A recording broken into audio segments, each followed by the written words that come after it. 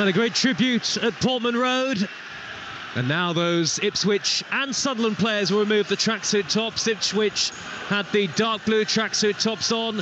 It's been a huge day of Championship football so far. We started with a massive win for Coventry over Leicester that took the Sky Blues into the playoffs and reminded the Foxes that the title and automatic promotion is not secured just yet. Then in South Wales, Leeds kept up their chase for promotion with a big win over Cardiff City. And now we're here at Portman Road, arguably for the game of the day. Ipswich need a point to go back into the Championship's top two. Sunderland need a point to retake their place in the top six. We are your home of the EFL, and that is Talksport 2. And it'll be Sunderland momentarily to get the game off and underway, playing from right to left in the first half in the familiar red and white striped shirts, black shorts and red socks, and Ipswich Town in the blue and white shirts, white shorts and blue socks, playing from left to right towards the Sir Ralph Ramsey stand over on the far side of the field as we look at it. The game is underway.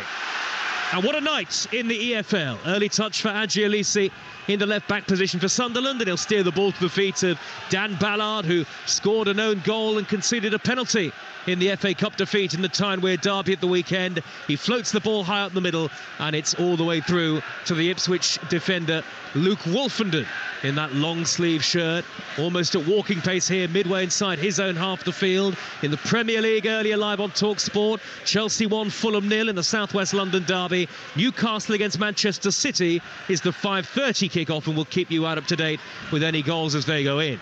Ipswich had possession very early on here, but it's been given away by Jack Taylor, and Abdullah Barr looking to surge up towards the halfway line for Sunderland, who have certainly started with Joe Bellingham down the middle in the most advanced attacking role, as we expected, though it will be a Sunderland forward line that shows plenty of fluidity and flexibility as the game goes on. We've had a minute of play, Ipswich 0, Sunderland 0 here. And both teams need the points for slightly different reasons, though both are ensconced ultimately in a battle to return to the Premier League, Scott Minto. Yeah, absolutely. Nothing much happened in terms of chances, obviously just in the first minute or so. I think it's more Sunderland who've had the possession, but it's Ipswich who've been trying to press as quickly as possible, as both teams just feel each other out in the first couple of minutes. So Southampton are up to second in the division at the end of the 3 o'clock kickoffs after a 4-0 win over Sheffield Wednesday. Unbeaten in 19 now, Southampton. But remember, a point takes Ipswich back above them and into that second automatic promotion spot. Big win for Leeds earlier too, away at Cardiff City. That was live on Talksport 2. Leeds fourth in the Championship. West Bromwich Albion and Middlesbrough winners as well. Preston North End beat Bristol City. Birmingham 2, Swansea 2. Huddersfield 1, Plymouth 1. And Stoke City winners at Rotherham United. Ipswich have possession with Wolfenden. He's midway inside his own half the field, right on the edge of the penalty area, on a dark and chilly evening. Angles the pass out to the left-back position, and Leif Davis, who is back from injury tonight for Ipswich, part of 7 changes to the team that won at Wimbledon in the FA Cup last time out, last weekend. Broadhead now, midway inside the Sunderland half. The former Sunderland man pops it back to Lewis Travis, who's making his Ipswich debut tonight on loan from Blackburn Rovers. And now Wolfenden on the halfway line. Great noise around Portman Road. A sellout crowd again tonight. Not a spare seat to be had in this intimate venue. We're high up at the back of the main stand with a steep drop to the near side touchline below, and I can already see Kieran McKenna to the right of the halfway line and Michael Beale, the Sunderland boss, to his immediate left. Just a 6th game in charge for Michael Beale at Sunderland. Here is Clark for Ipswich, midway inside opposition territory. He's given it away, and Bellingham, peerless even at the age of 18, and would you believe it, his 50th career league appearance already at the age of 18, Scott Minter. Incredible. Quite a talented family, you have to say. Yeah, not bad, not bad. Well, interestingly, their dad Mark was a prolific scorer in non-league, 700 goals in non-league or something like that in his career. Wow. So it does run in the family. Yeah, absolutely. And I think the family, you've got to give them a massive pat on the back and say they have dealt with the talent of both their boys and the way they've handled both in just an A1 fashion. They really have. So a point enough for Sunderland to move back into the top 6. It's a fascinating race for promotion from the Championship, and as ever, your home of the EFL, Talksport 2, will bring you all of the action, all of the goals and all of the big stories between now and the end of the season. Giolisi for Sunderland, forward to Jack Clark, arguably the player of the Championship season so far. Socks rolled halfway down his shins. He plays the ball back into his own half to the feet of Ballard. And now Luke O'Nien out to the right back position, and Trey Hugh forward into midfield, and Ekwa. Ekwa turns away from Jack Taylor of Ipswich and lays the ball square to the centre circle. Dynamic quick feet from Dan Neal to get the return pass from Bellingham onto Barr with the lime green boots on. And now Pritchard, a couple of yards from the edge of the box, fires it high over the top. Was always rising and never likely to trouble Václav Hladký in the Ipswich goal. It's 0-0. Yeah, a few things there. Really interesting to see how Joe Bellingham plays as that kind of striker. Might even be like a false 9.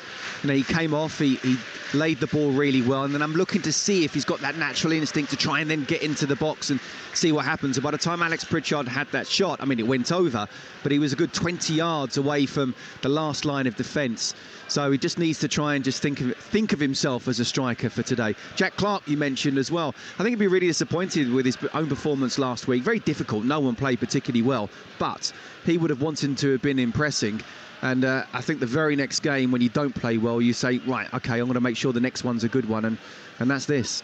That's the former Chelsea, West Ham and Charlton Athletic defender Scott Minto, as Ballard comes out of defence with possession for Sunderland. Away to our right-hand side as we look at it. Now Alisi finds Clark on the halfway line. Little touch from Pritchard back to Bellingham. Hoisted over the halfway line, up the left-hand channel, the near side of the field where Alisi is chasing. Harry Clark is there for Ipswich, but he's been shrugged aside. And Alisi is into the penalty area, pulls it back from the dead ball line, and Bellingham's shot is saved by the goalkeeper, Hladký.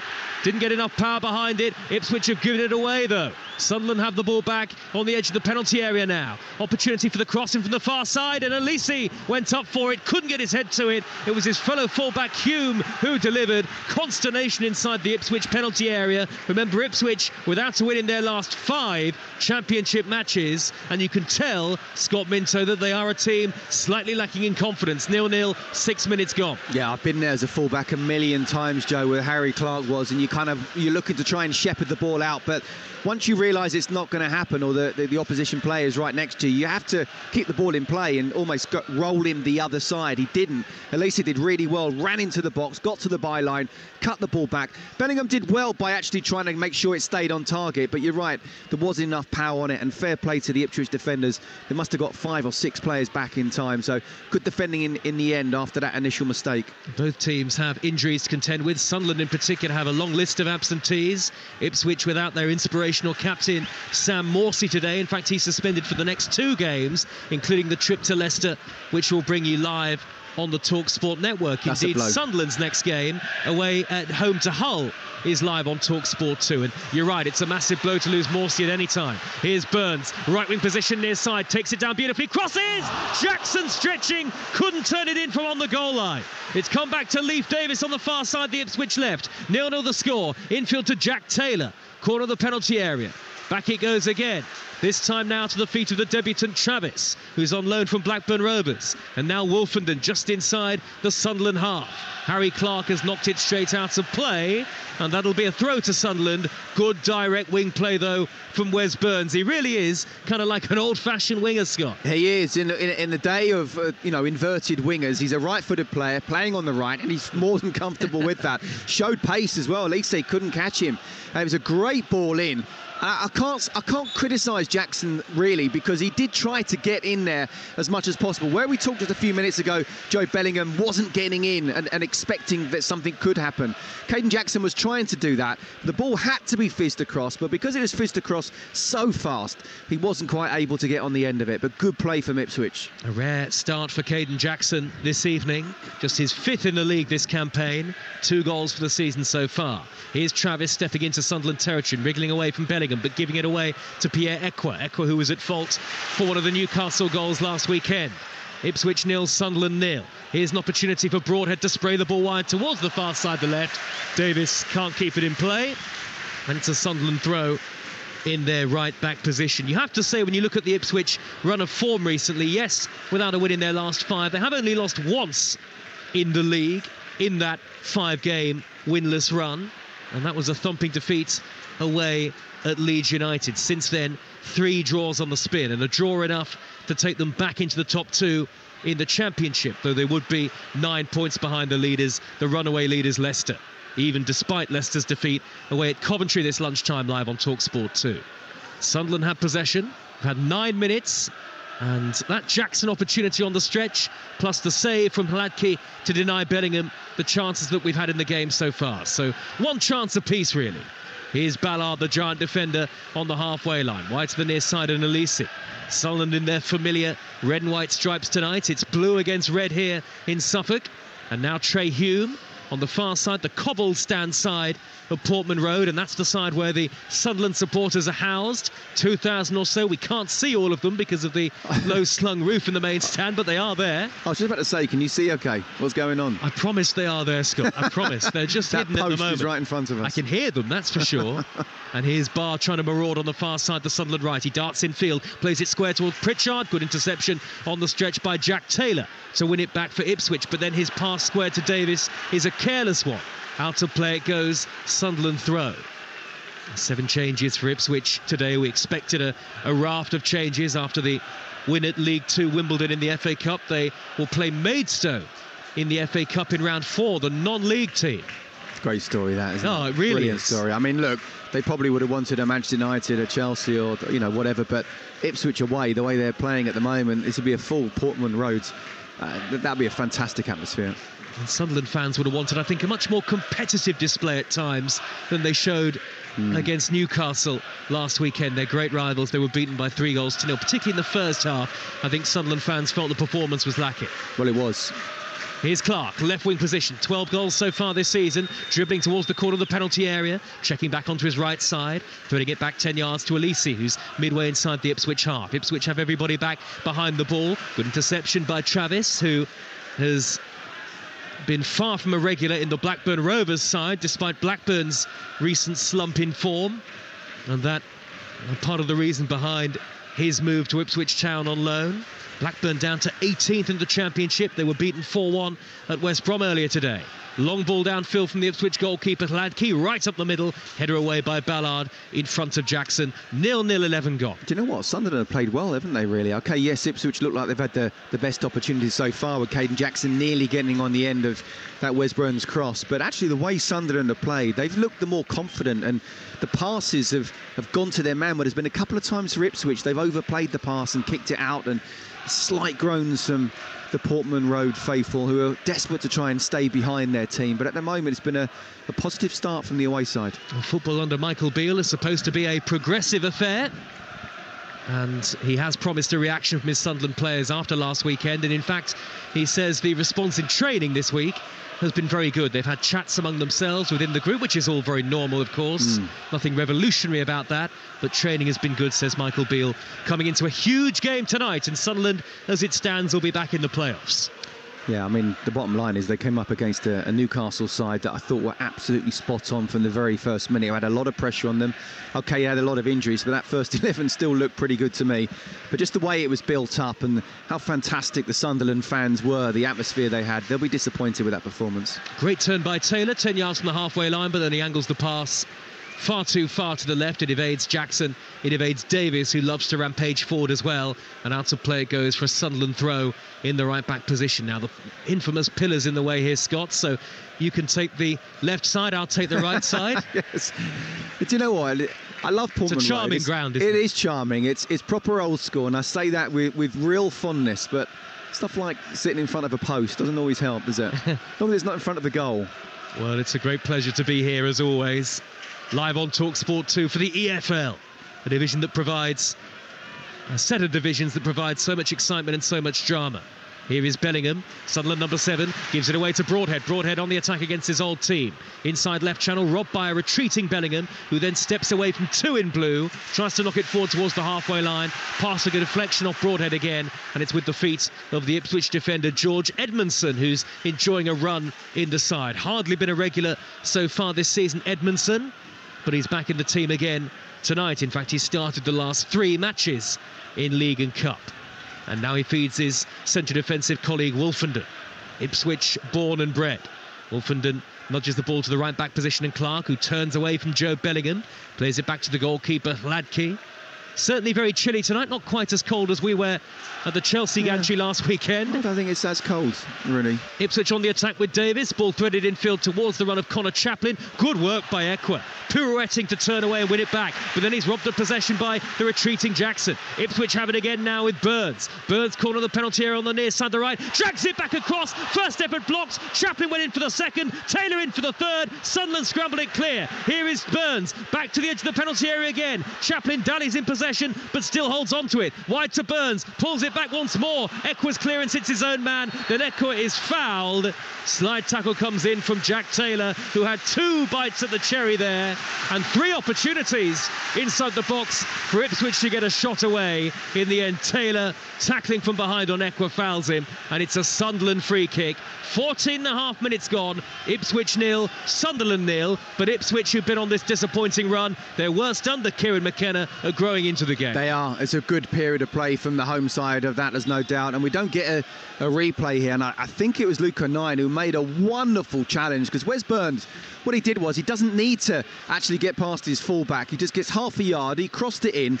It was Jackson with the shot, and it was almost like he read the situation, 09. He went down and deflected it really well. That was the best chance of those 2 or 3 chances in one. But there's no doubt about it, they've created a really good couple of chances recently, and they're definitely growing in confidence now, Ipswich. And there's no doubt they have a great home record, the 3rd best in the Championship this season, and they've only lost one of their last 29 home league games. And going back, of course, to last season, that defeat was at home to Leeds United in August. A thriller, they lost it 4-3. Here's Taylor, halfway line, forward down the middle to Jackson. Jackson holds up the play neatly and then threads the ball to the right-hand side. Burns is waiting to collect it again, and he'll run at the defender Elise.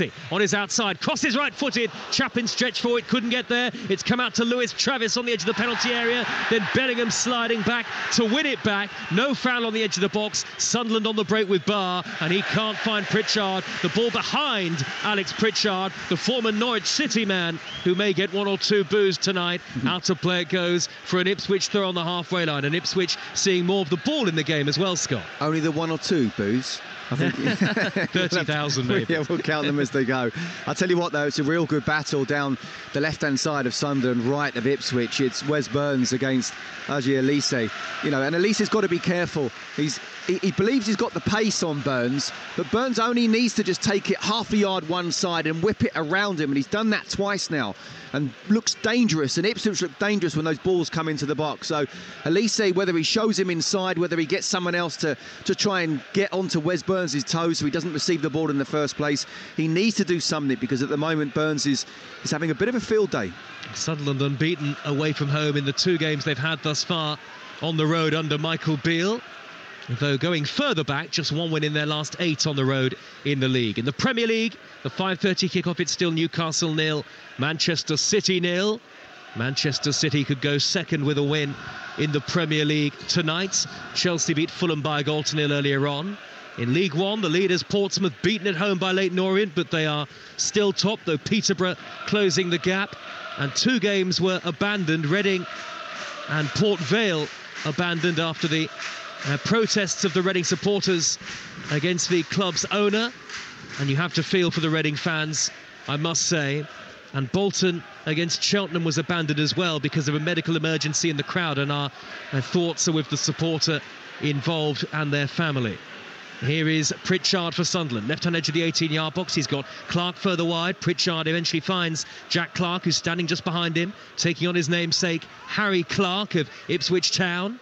And Clark has it again for Sunderland, though Elise plays the return ball far too far ahead of him, and Clark couldn't stretch control, and a little disjointed in possession all of a sudden are Michael Beale's Sunderland, 0-0. Do you know what, just about an hour or so ago I went down to speak to Michael Proctor, who's assistant manager at Sunderland. I played with him at Rotherham, we had a good chat, but I didn't get a proper look at the pitch really, but the pitch looks really flat and really kind of zippy, and if it doesn't go exactly to the feet and your weight to pass isn't perfect, the ball's going to go out. That's what happened to Ipswich 3 or 4 occasions in the first 10 minutes, and it's just happened in the last couple of times for Sunderland as well. So it's one of those where it's a typical modern-day pitch, but it needs to be an absolutely perfect pass to go to the person that you want it to. Good ball by Davis infield to find Broadhead, wriggle away from the challenge of Neil, and he looks to find the on-rushing Davis with the return pass, sliding in his Trey Hume in front of the Sunderland fans, and that'll be a throw to Ipswich on the far side in their left-wing position. I did ask Michael Proctor, actually, you know, what the difference is. Oh, and here's an opportunity for Jackson. He's in the box, and he got a very weak shot away, under pressure from the sliding defender. Tracking back, I think it was Luke O'Nine, and eventually the ball goes out of play for a goal kick to Sunderland. There was momentary excitement at the Sir Alf Ramsey end for the Ipswich fans, but Jackson didn't have any power behind that. No, he didn't. It was actually really good play from Ipswich to create that chance. And again, that's where we're talking about Caden Jackson. He'll work hard, and you know, he is a good player, but is he top level championship that will get your team to the Premier League? I'm not so sure. But no, I was speaking to Michael Proctor, and I said to him, like, well, what's the difference then between sort of Tony Mowbray and Mick Beale? And he sort of said, Tony was quite happy for us to take the coaching. He was, you know, your kind of manager, whereas Mick Beale wants to take the coaching. He is your coach, and that's what obviously he's done for years, hasn't he? He's quite happy to be, and that's what he wants, to be hands-on, taking the process himself. You know, instilling already, because it's still very early days, exactly what he wants his players to do. So it's interesting, the two different styles. And Tony Mowbray, who got off to a decent start with Birmingham City 2-2 draw at home to Swansea in his first game in charge. And I say decent because it could have been worse. There was a 95th minute equaliser from Jordan James to give Blues a point. Ipswich, the team in blue tonight, 0-0 against Sunderland on Talksport 2 with 20 minutes gone. We'll be into the Carabao Cup semi-final second legs in the not too distant future on the network, but we have FA Cup third round replays next week as the ball is dinked forward, a reverse pass by Broadhead towards Jackson, headed away by O'Nine for Sunderland, and now Neil takes up the charge. Over the halfway line to his right is Barr midway inside the Ipswich half, back to the halfway line again, and Neil is standing unchallenged. Joe Bellingham feeds Ballard, who's right at the lip of the centre circle. Ballard forward to Bellingham again. Tuesday night on Talksport 2, Wolves against Brentford on Talksport, Bristol City against West Ham in the third round replays, and then on Wednesday, Everton against Crystal Palace on Talksport, and Blackpool against Nottingham Forest will be on Talksport 2. Just looking at Joe Bellingham, I talked about a possible false 9. I think it's a false 8. He's dropping into his own half to try and get some of the ball. And you can see he's not necessarily comfortable being that last man, not looking to get on the shoulder of the Ipswich defence and ready for that ball over the top. He wants the ball to feet. So it's Alex Pritchard who's sometimes dropping in and filling in for Bellingham as that kind of the man furthest forward. But again, he's not going to be the type of person who's going to look for the ball over the top. So Ipswich can try and get as tight and compact as possible without worrying about that ball in behind. And Sunderland have been linked, Scott, with a host of number 9s. Sam Gallagher and Kiefer Moore among those. Sunderland or Ipswich or both? Well, possibly both, because Ipswich have got George Hurst out injured, of course. Absolutely. That's really why Jackson's playing today. Ipswich need a striker. 0-0. Sunderland. Forward by Davis, high up the middle. Chaplin let it run, headed away by Elise. I think Chaplin thought that Burns was coming in over his right shoulder to reach the ball, but Burns was actually 10 yards further towards the near side. Chaplin onto Broadhead, 5 yards to the edge of the box, tried to thread it through to Jackson. Shot was on there really for Broadhead against his old team, but his pass was easily intercepted. And now Sunderland counter, well held up by Barr on the halfway line. Back it goes to Ekwa, who's got his long hair tied up into a ponytail. And now Hume in the right back position, just strides gently over halfway. Nobody really putting the pressure on Trey Hume. And now Barr will see it back to Luke O'Nine, midway inside his own half the field. And actually, since the early couple of chances for either team, Bellingham's shot saved by Hladky and Jackson not able to convert Burns' cross for Ipswich, it's been relatively uneventful in terms of life in front of goal in the game so far. Yeah, I think there's only been one shot on target, isn't there? Is that right? Yes, that's it. According to the stats from Sunderland.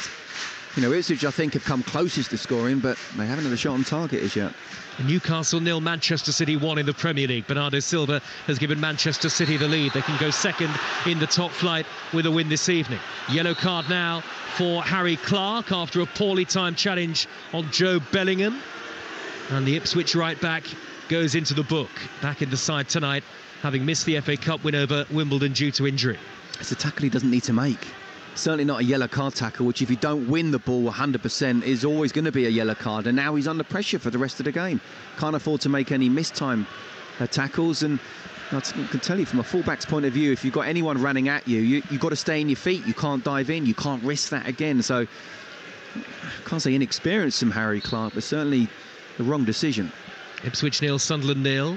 And Joe Bellingham just turns towards, I think, Michael Proctor, who was the man giving him instructions on the near side touchline just behind Michael Beale. Ball is clipped high downfield by 09. Bellingham is after it. He's brought it out of the air. He's on the edge of the box. He's laid it back to Pritchard. On to Jack Clarke. Good save by Hladky to turn it high over the bar off his legs in the end. Goalkeeper dived early. It ricocheted off his thigh, it looked like. Looped up into the air and drifted behind it. It's a corner to Sunderland, and Clarke might have done better with that. I talked just a few minutes before about how Bellingham is not playing on the last line and looking for that ball over the top. There he did, and it was a really well-timed run, really good ball. He laid it back, who then put it back to Jack Clarke first time.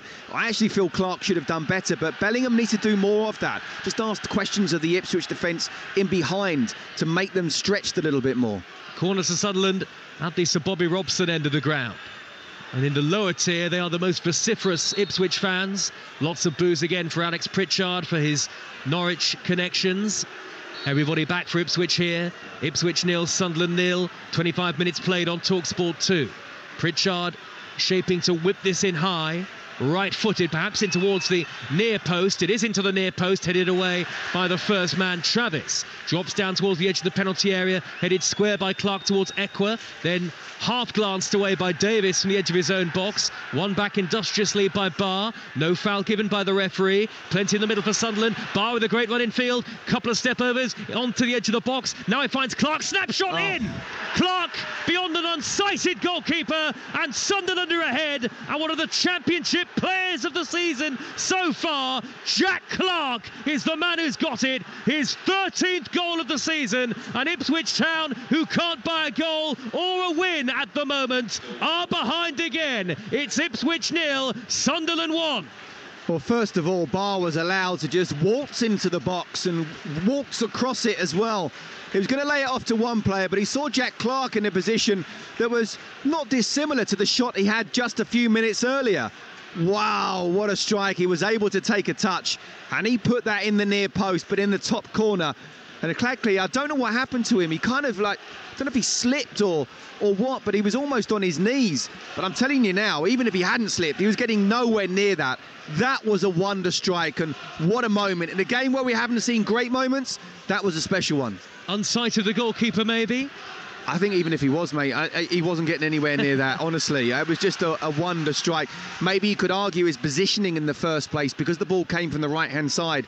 By the time that Jack Clarke had the shot, he was almost in the centre of the goal, where he should have been sort of left centre. But there was so much of a gap between him and the near post there. But it was a wonderful strike, it really was, where Clarke really didn't get hold of it just a couple of minutes earlier. He certainly did there. He's enjoying the best scoring season of his career so far. And he is one of the hot properties in the second tier, Jack Clarke. And he's a name that, as long as he continues to produce form like this, even given how big a club Sunderland are, particularly in the Championship, it doesn't necessarily matter. There'll be clubs in the Premier League sniffing around, surely. Look, do you know what? They're a massive club in terms of the history that they've had and the support base they have, but in terms of the budget, and clearly they're a team, one of many, fighting for not an automatic promotion place like Ipswich are, but top six, a playoff come the end of the season. If a Premier League club comes in with a decent offer, I can't see Sunderland turning that down, and that would be really heartbreaking almost for the Sunderland performance supporters, because Jack Clarke has been superb, and he can help, not on his own, but help drag Sunderland into the playoffs. Be very difficult if he's not around. Ipswich 0, Sunderland 1. Ipswich trying to find an equaliser, but Caden Jackson can't nick up effectively enough with Nathan Broadhead. It's been given away though by Sunderland to Burns, onto Clarke, ran ahead to the area. Clarke skips beyond one, challenge! And his low right-footed effort is turned away by the goalkeeper, Anthony Patterson. Glancing blow off the glove of the Sunderland number 1. It's a brilliant save to turn it behind. Ipswich threatening an equaliser straight away. They have a corner, they're 1-0 down. Fantastic play from Harry Clarke. down the right, just shaped to cross. He didn't, took an extra yard, and then it's kind of a cross shot. I'll tell you what, that was very close, but great play from the Ipswich fullback. Corner to be taken by Broadhead in front of the Sunderland fans. Right-footed in, swinging to the near post, cleared away with ease by Bellingham. Really poor delivery from Nathan Broadhead. You can hear the ironic cheers of the Sunderland fans who used to chant his name. Forward by Wolfenden from the halfway line, floated up the inside left channel, nobody in blue and white anywhere near it. Out to play it goes, and a reminder of what that Sunderland goal does to the table. Well, not only does it push Sunderland further clear above Coventry than they already were, with the score at 0-0, Sunderland into the playoffs 6th, and they'd be 3 points clear of Coventry. But it also means that Ipswich will drop back down to 3rd again, and Southampton will assume 2nd place once more on goal difference, after Southampton were big winners over Sheffield Wednesday earlier.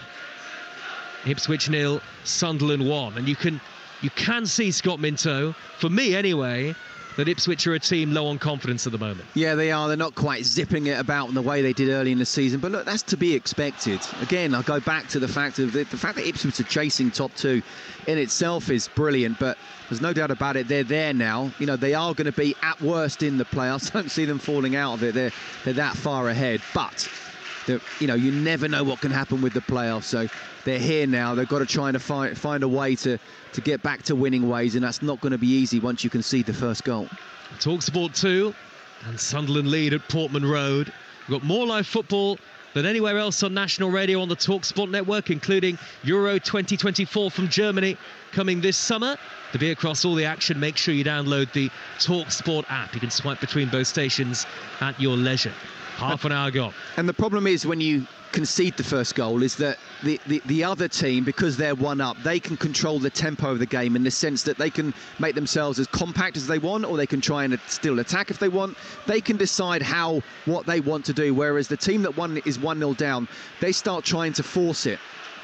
Bellingham was fouled on halfway by Wolfenden. Referee played the initial advantage, and then Pritchard is sent sprawling by a retreating Jack Taylor. That's an obvious free kick again for Sunderland. Good refereeing from Sam Allison, actually, because there was a potential advantage there, albeit Pritchard was a long way from goal, and then Pritchard was tripped. Sunderland have the free kick, and Sunderland look relatively comfortable defensively. There was, of course, that effort from Clark that was well saved by Patterson, but other than that, the goalkeeper's not had any work to do. No, but there's a couple of good crosses from Wes Burns, and they look dangerous. Very good defending indeed. And, you know, again, apart from the goal itself, I think Ipswich have come, or have looked most dangerous in terms of getting a goal, but it's all about sticking the ball in the back of the net, and Jack Clark, he knows how to do that, doesn't he? Failed to score in 3 of their last 4 in the league, Ipswich. Free kick from Pritchard, high to the edge of the penalty area, headed away by Edmondson, and now it's with the goal scorer Clark, who shot flash beyond Hladky. Couldn't really tell initially whether he'd slipped or whether he was just unsighted, the goalkeeper, made no effort to save it. The ball is on the far side, down by the corner flag, deep inside Ipswich territory, and Sunderland are on the attack again here. Opportunity for Luke O'Nien to swing in a high cross. He'd already taken the ball out of play by the time he delivered the former Wycombe Wanderers man. And out of play it goes for a goal kick to Ipswich, away to our left. And what a stalwart Luke O'Nien is in this Sunderland side. A long-serving player at the Stadium of Light, had only missed a single league game so far this season. An equaliser for Newcastle at home to Manchester City. Alexander Isak is on the score sheet. So it's Newcastle 1, Manchester City 1 in the 5:30 kickoff in the Premier League.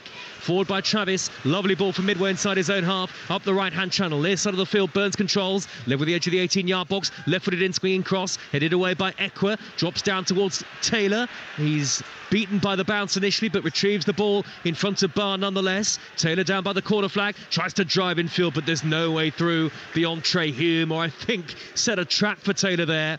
Knew he was going to try and dart beyond him. Hume whipped it away. But it's come back to Travis of Ipswich. And Chaplin's touch. Jackson in! 1-1! Caden Jackson levels it up for Ipswich Town. A rare opportunity from the start for him. And a rare but very important shot and goal, and Ipswich ultimately were not behind for long. Lovely touch by Chaplin to find him. Fine finish from Caden Jackson. Ipswich 1, Sunderland 1. Game on. And they needed that, Ipswich, because not only did they go a goal down, but they were just having a bit of misplaced passes. And I'm not saying that the fans around here were starting to turn, but they did have a little groan or two. So to get that equaliser is really, really important, certainly in this half.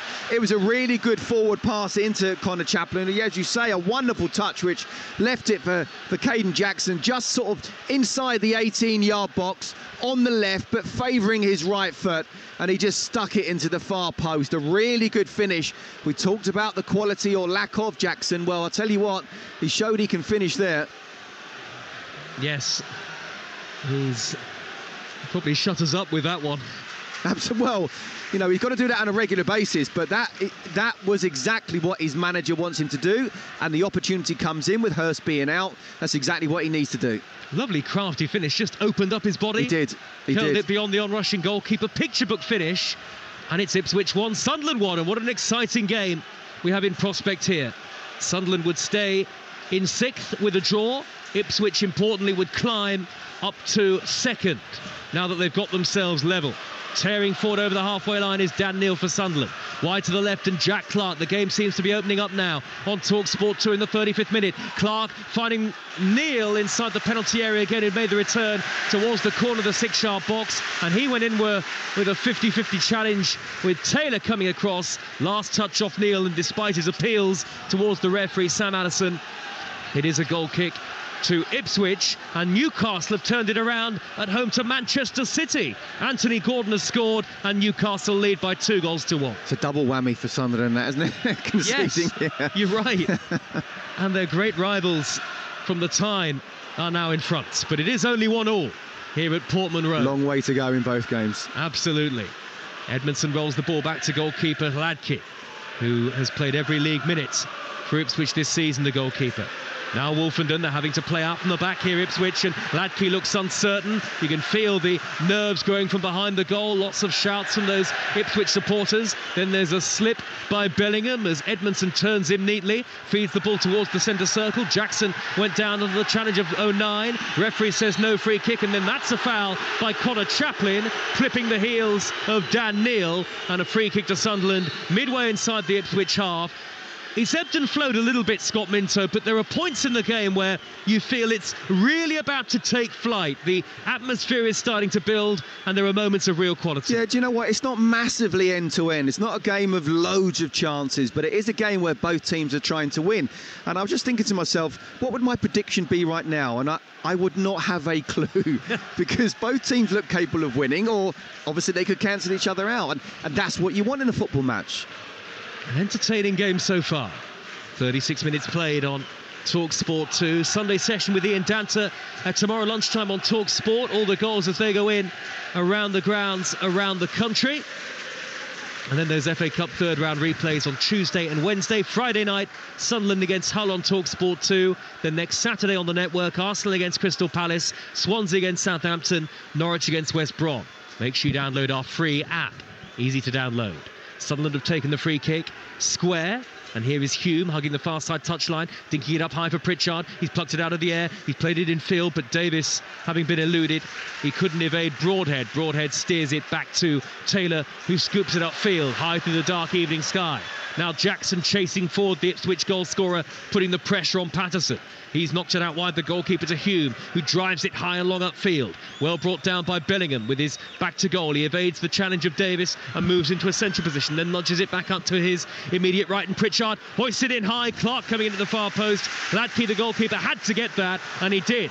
On the edge of his 6-yard box, ended up sliding across the turf. Hladky, important take from the goalkeeper. Yeah, absolutely, but really good play from Bellingham again. For a second time, he's looked for that ball over the top, and the ball came.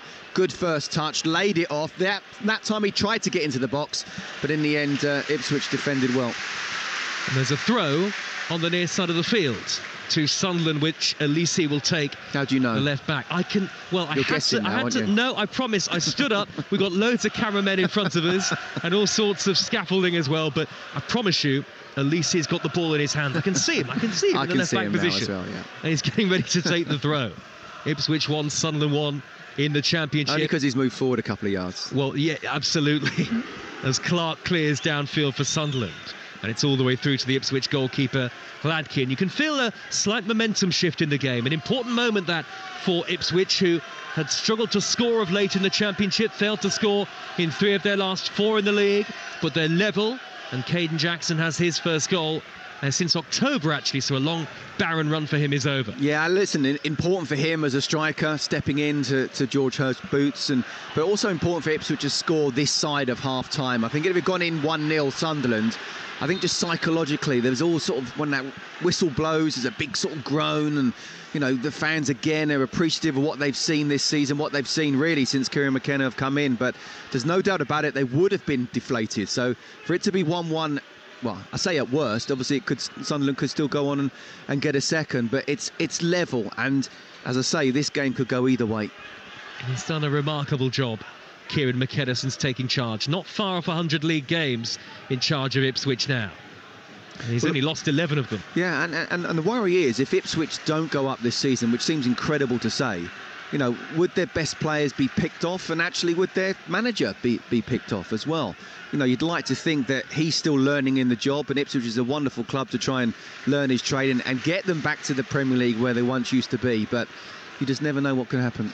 Davis, far side the Ipswich left. He's midway inside the Sunderland half. He's driving in field at good pace. Davis lays it square towards Chaplin. It'll run through to Burns. Burns didn't in the early cross to the far post. Headed away once, twice by Ballard. It's come back towards Burns. He nudges it forward to Jackson, who spins, turns and shoots. High over the top under pressure. He had his back to goal. Poor defending from Sunderland, really. Ballard's clearing header in particular didn't go very far, didn't go very high. That allowed Burns and then Chaplin to find Jackson again. Jackson looks like a man whose confidence has really been boosted by scoring that equaliser, but he was unlikely to be able to turn that into the top corner. No, but he's looking sharp now, isn't he? He really is. You know, he missed a couple of chances beforehand, but you're right, since his goal, you know, he's running the channels. It was a really good finish. There it was a turn and wasn't quite able to hook his foot enough, but he is looking dangerous, and that is exactly what his manager wants from him. 5 minutes of the first half to go. Ipswich 1, Sunderland 1 in the EFL Championship on Talksport 2 with McDonald's. Order McDelivery on the McDonald's app and get tasty rewards points. 18+. Terms and conditions apply. Hammered upfield by goalkeeper Patterson for Sunderland, all in bright yellow. The flick header by Elise, who was caught late by Burns in the challenge, that 50-50 on the halfway line. And a free kick to Sunderland right in front of the 2 dugouts, where Kieran McKenna is standing with his arms folded, and Michael Beale, the former QPR and Rangers boss, just to his left. Still got plenty to prove for you as a head coach, Michael Beale. Yeah, absolutely. He'll admit that himself, I'm sure. No, he hasn't been a manager that long at all. He's been an excellent coach. You know, I was speaking to Adrian Durham earlier, and he was questioning his tactics last week. I just think they were completely outplayed, and yet, you know, short of just saying, right, we're going to knock the ball long, I felt that Newcastle had the spot-on attitude, but there's no doubt about it, Steven Gerrard hasn't been quite the same manager since they've not been together. He has had years and years of experience in different countries as well, but it's different from being a coach to being the manager. He's definitely got a lot to prove, of course. And what an opportunity to do it. Great opportunity. And a club like Sunderland. Good turn by Barr, wriggling away down the far side to Sunderland right. Blocks off by Edmondson.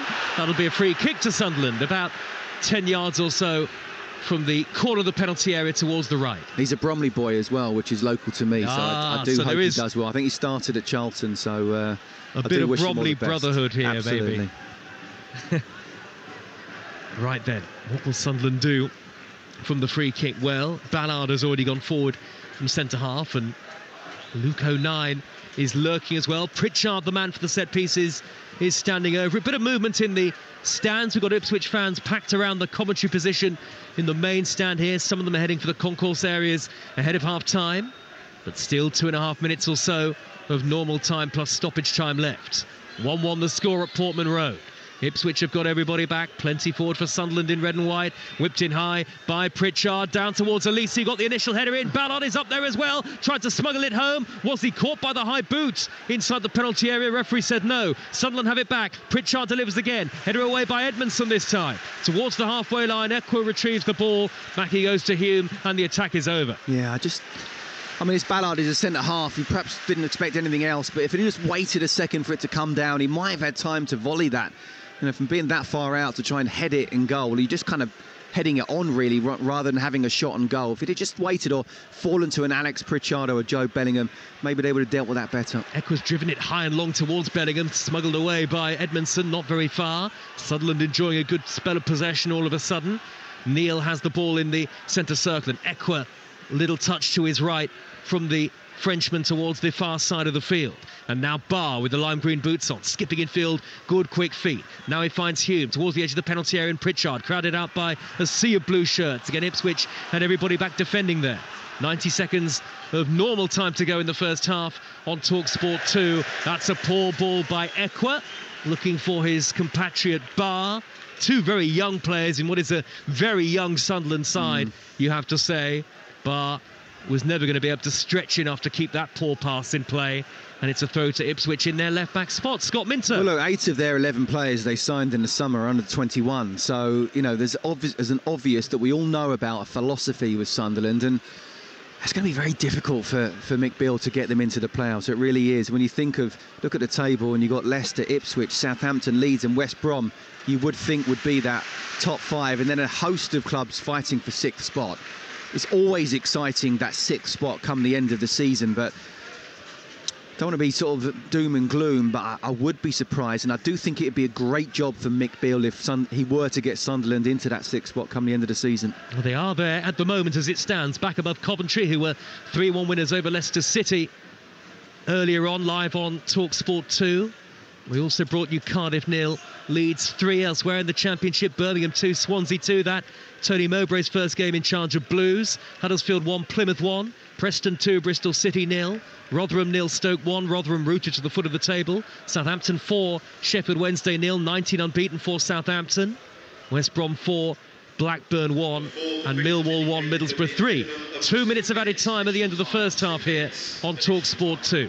Can I just say well done to Russell Martin as well? Obviously, yeah. Nothing's been achieved as such, but very difficult start to the season. Cross from Burns, headed away by Ballard for Sunderland. The ball drops down midway inside the Sunderland half. Good interception by Bellingham to reach it in front of Lewis Travis. He's making his Ipswich debut tonight on loan from Blackburn. Now Elise for Sunderland in the left-back spot. Forward towards Neil. He turns away from Burns, and Elise nudges it forward towards the halfway line of the goal scorer, Jack Clark. Lovely silky footwork from Clark, but even he wasn't able to keep it in play. Right on the near side touchline.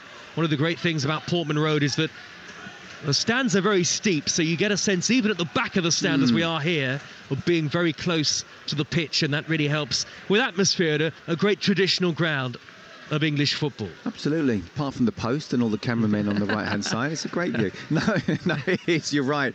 Because I feel like we're looking down on it, and yet we're still quite close. And there's plenty of stadiums where if you're high up, you feel like you're a million miles away.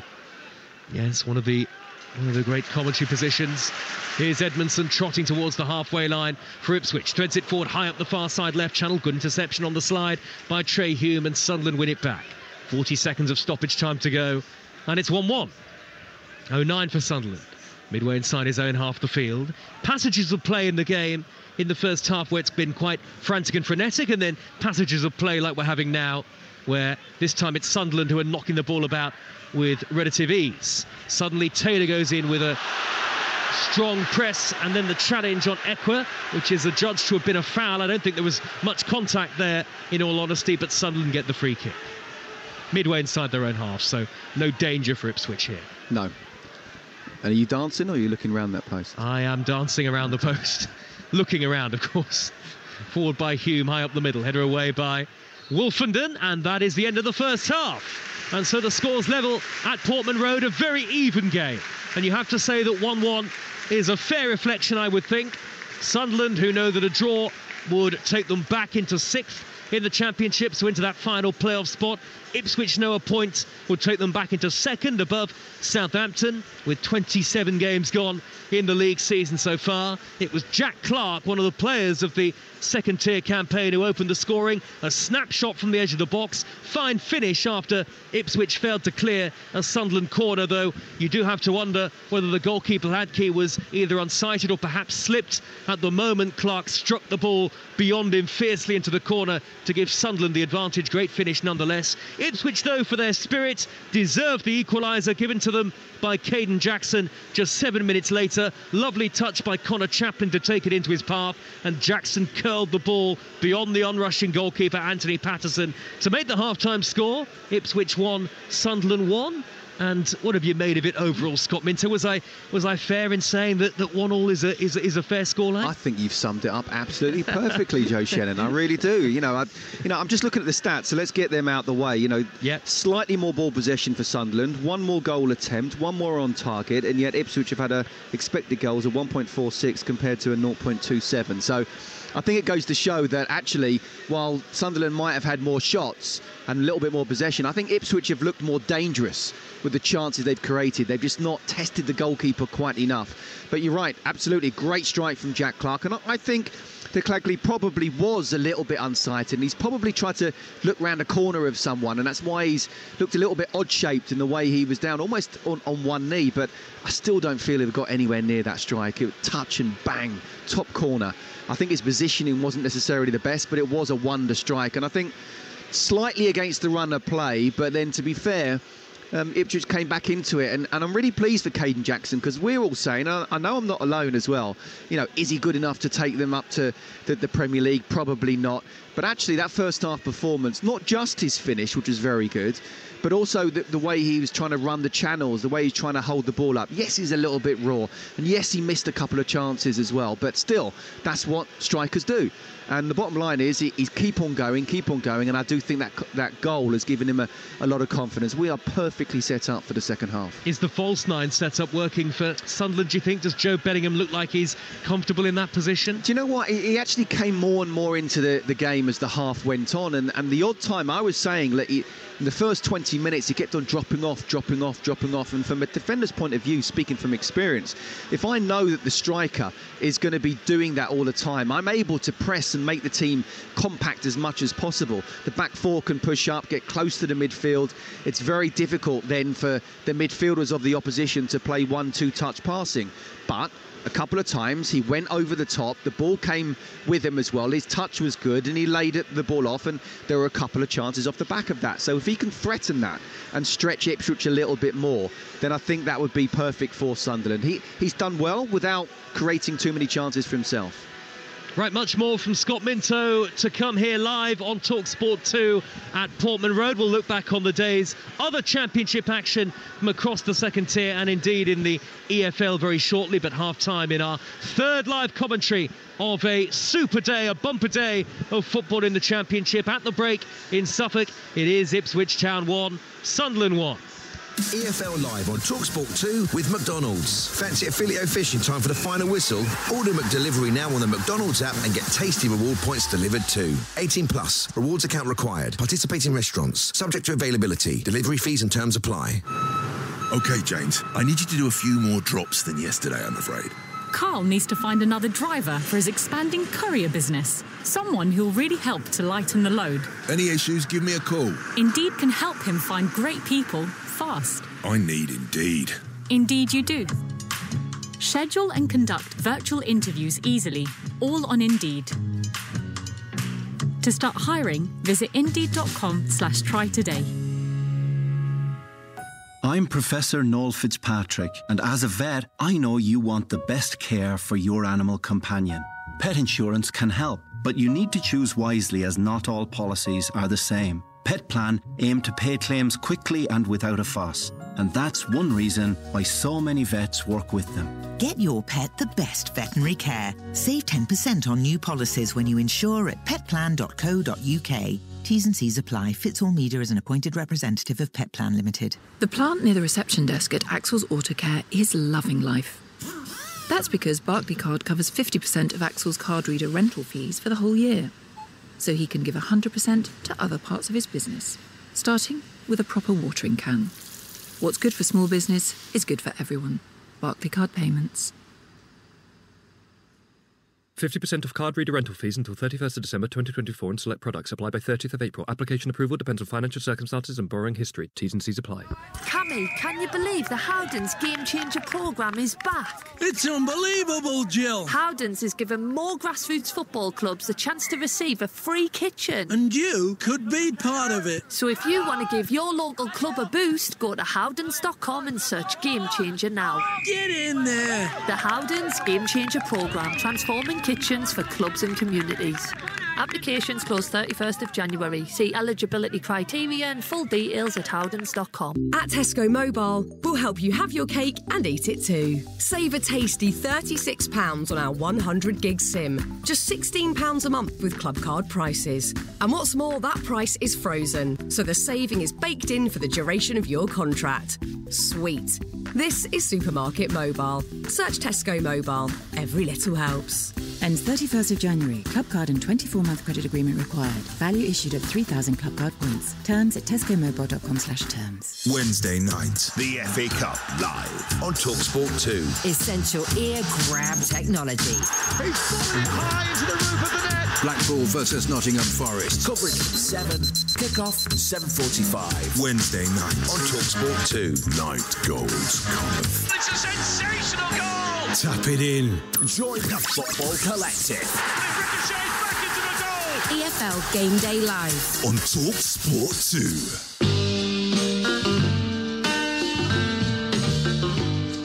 Here's O'Hare down the left-hand side of Coventry, flicks it infield to Palmer, tried to take it into the area but didn't get a full touch on it, and then O'Hare steals the ball off Winks, who didn't get a call. Sakamoto, lovely turn, right-hand side of the area. Oh, it's on the bar! Brilliant save by Hermanson. Trying to isolate Van Ewijk. Mavididi up to the edge of the box, threatened to shoot, then slid in for Cassidy. Put it wide. Big chance, Cesare Cassidy. Dewsbury Hall. Oh, it's a penalty kick. He's gone down. And Dewsbury Hall has won a penalty for Leicester City. Going to be a left-footed hit from Dewsbury Hall. Takes it, sends the keeper the wrong way, puts it into the bottom right-hand corner. And Leicester City lead the derby by 1-0.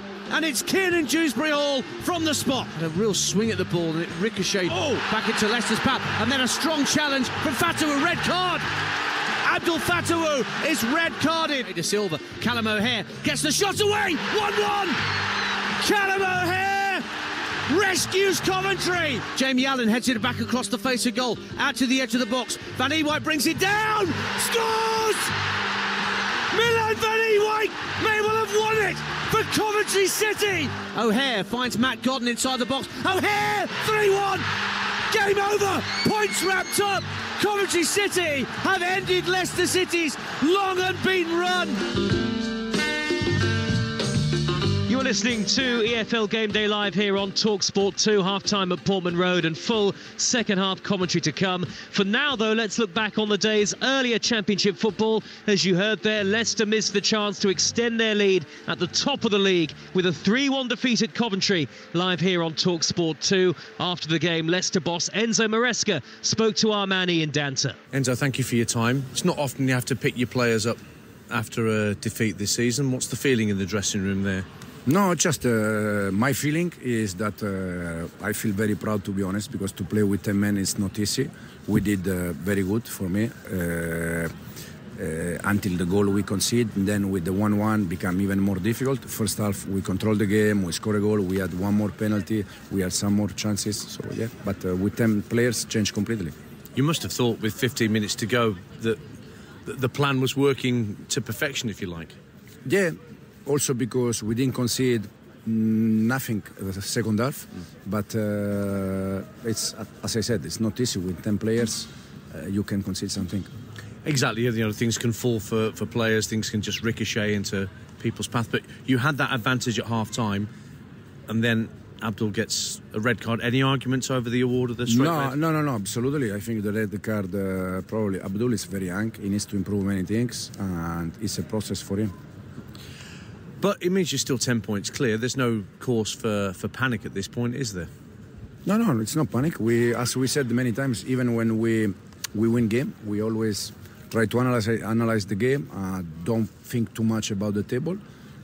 Today we're going to do the same. Whilst a win for Coventry has seen them move back into the playoff places, and after the game, their manager Mark Robbins was speaking to Talksport 2's Ian Dancer. I thought the game was a brilliant game. I thought it was a great advert for the championship. No quarter asked or given, and I thought we started really well. I thought we were really good again. And when you have to against a side like that, because they've got so much quality and speed. Both speed on the ground in terms of the physical side, but also speed of thought, and they've got the quality to deliver as well. So you're always stretched, you're always feeling. But I didn't feel like that. I thought we were okay. I thought we were always in control. Yeah. And then the lead up to the penalty, I thought we just started to give them a little bit of a sniff because we were a little bit slow on it. We take more touches on it, and then the passing wasn't as crisp, so it gave them that chance to come and press. And that's what led to that little spell sort of led to the penalty. And whilst I think, I've seen it back, I think it's a penalty. I think he's caught him high on his thigh, but fine. And then you get they score it obviously, but then they get the rash challenge in front of me. And he was a quick challenge. He's there, he's off his feet really quickly and he's into it. And the referee didn't hesitate, in fairness. We're just saying there, I think 10 years ago, you're looking at it and it's just a foul and maybe a yellow card. It might even be a yellow card, but now it's a red. So difficult for them then, because we can go in and we can regroup, and you know that you're going to be in control of the ball for a lot of the time, hopefully, if you do things right. They obviously made the change with McAteer coming on and Mavididi going off, and they ended up then with Winks on his own, and that gave us a little bit of a little bit of a change in terms of the tactical side of things, so we can make that adjustment, and we had more of the ball to be able to do that. We just felt that we were a little bit slow in possession to start with, but I think, honestly, that we get the equaliser. I think that was a brilliant goal from Callum, the first one.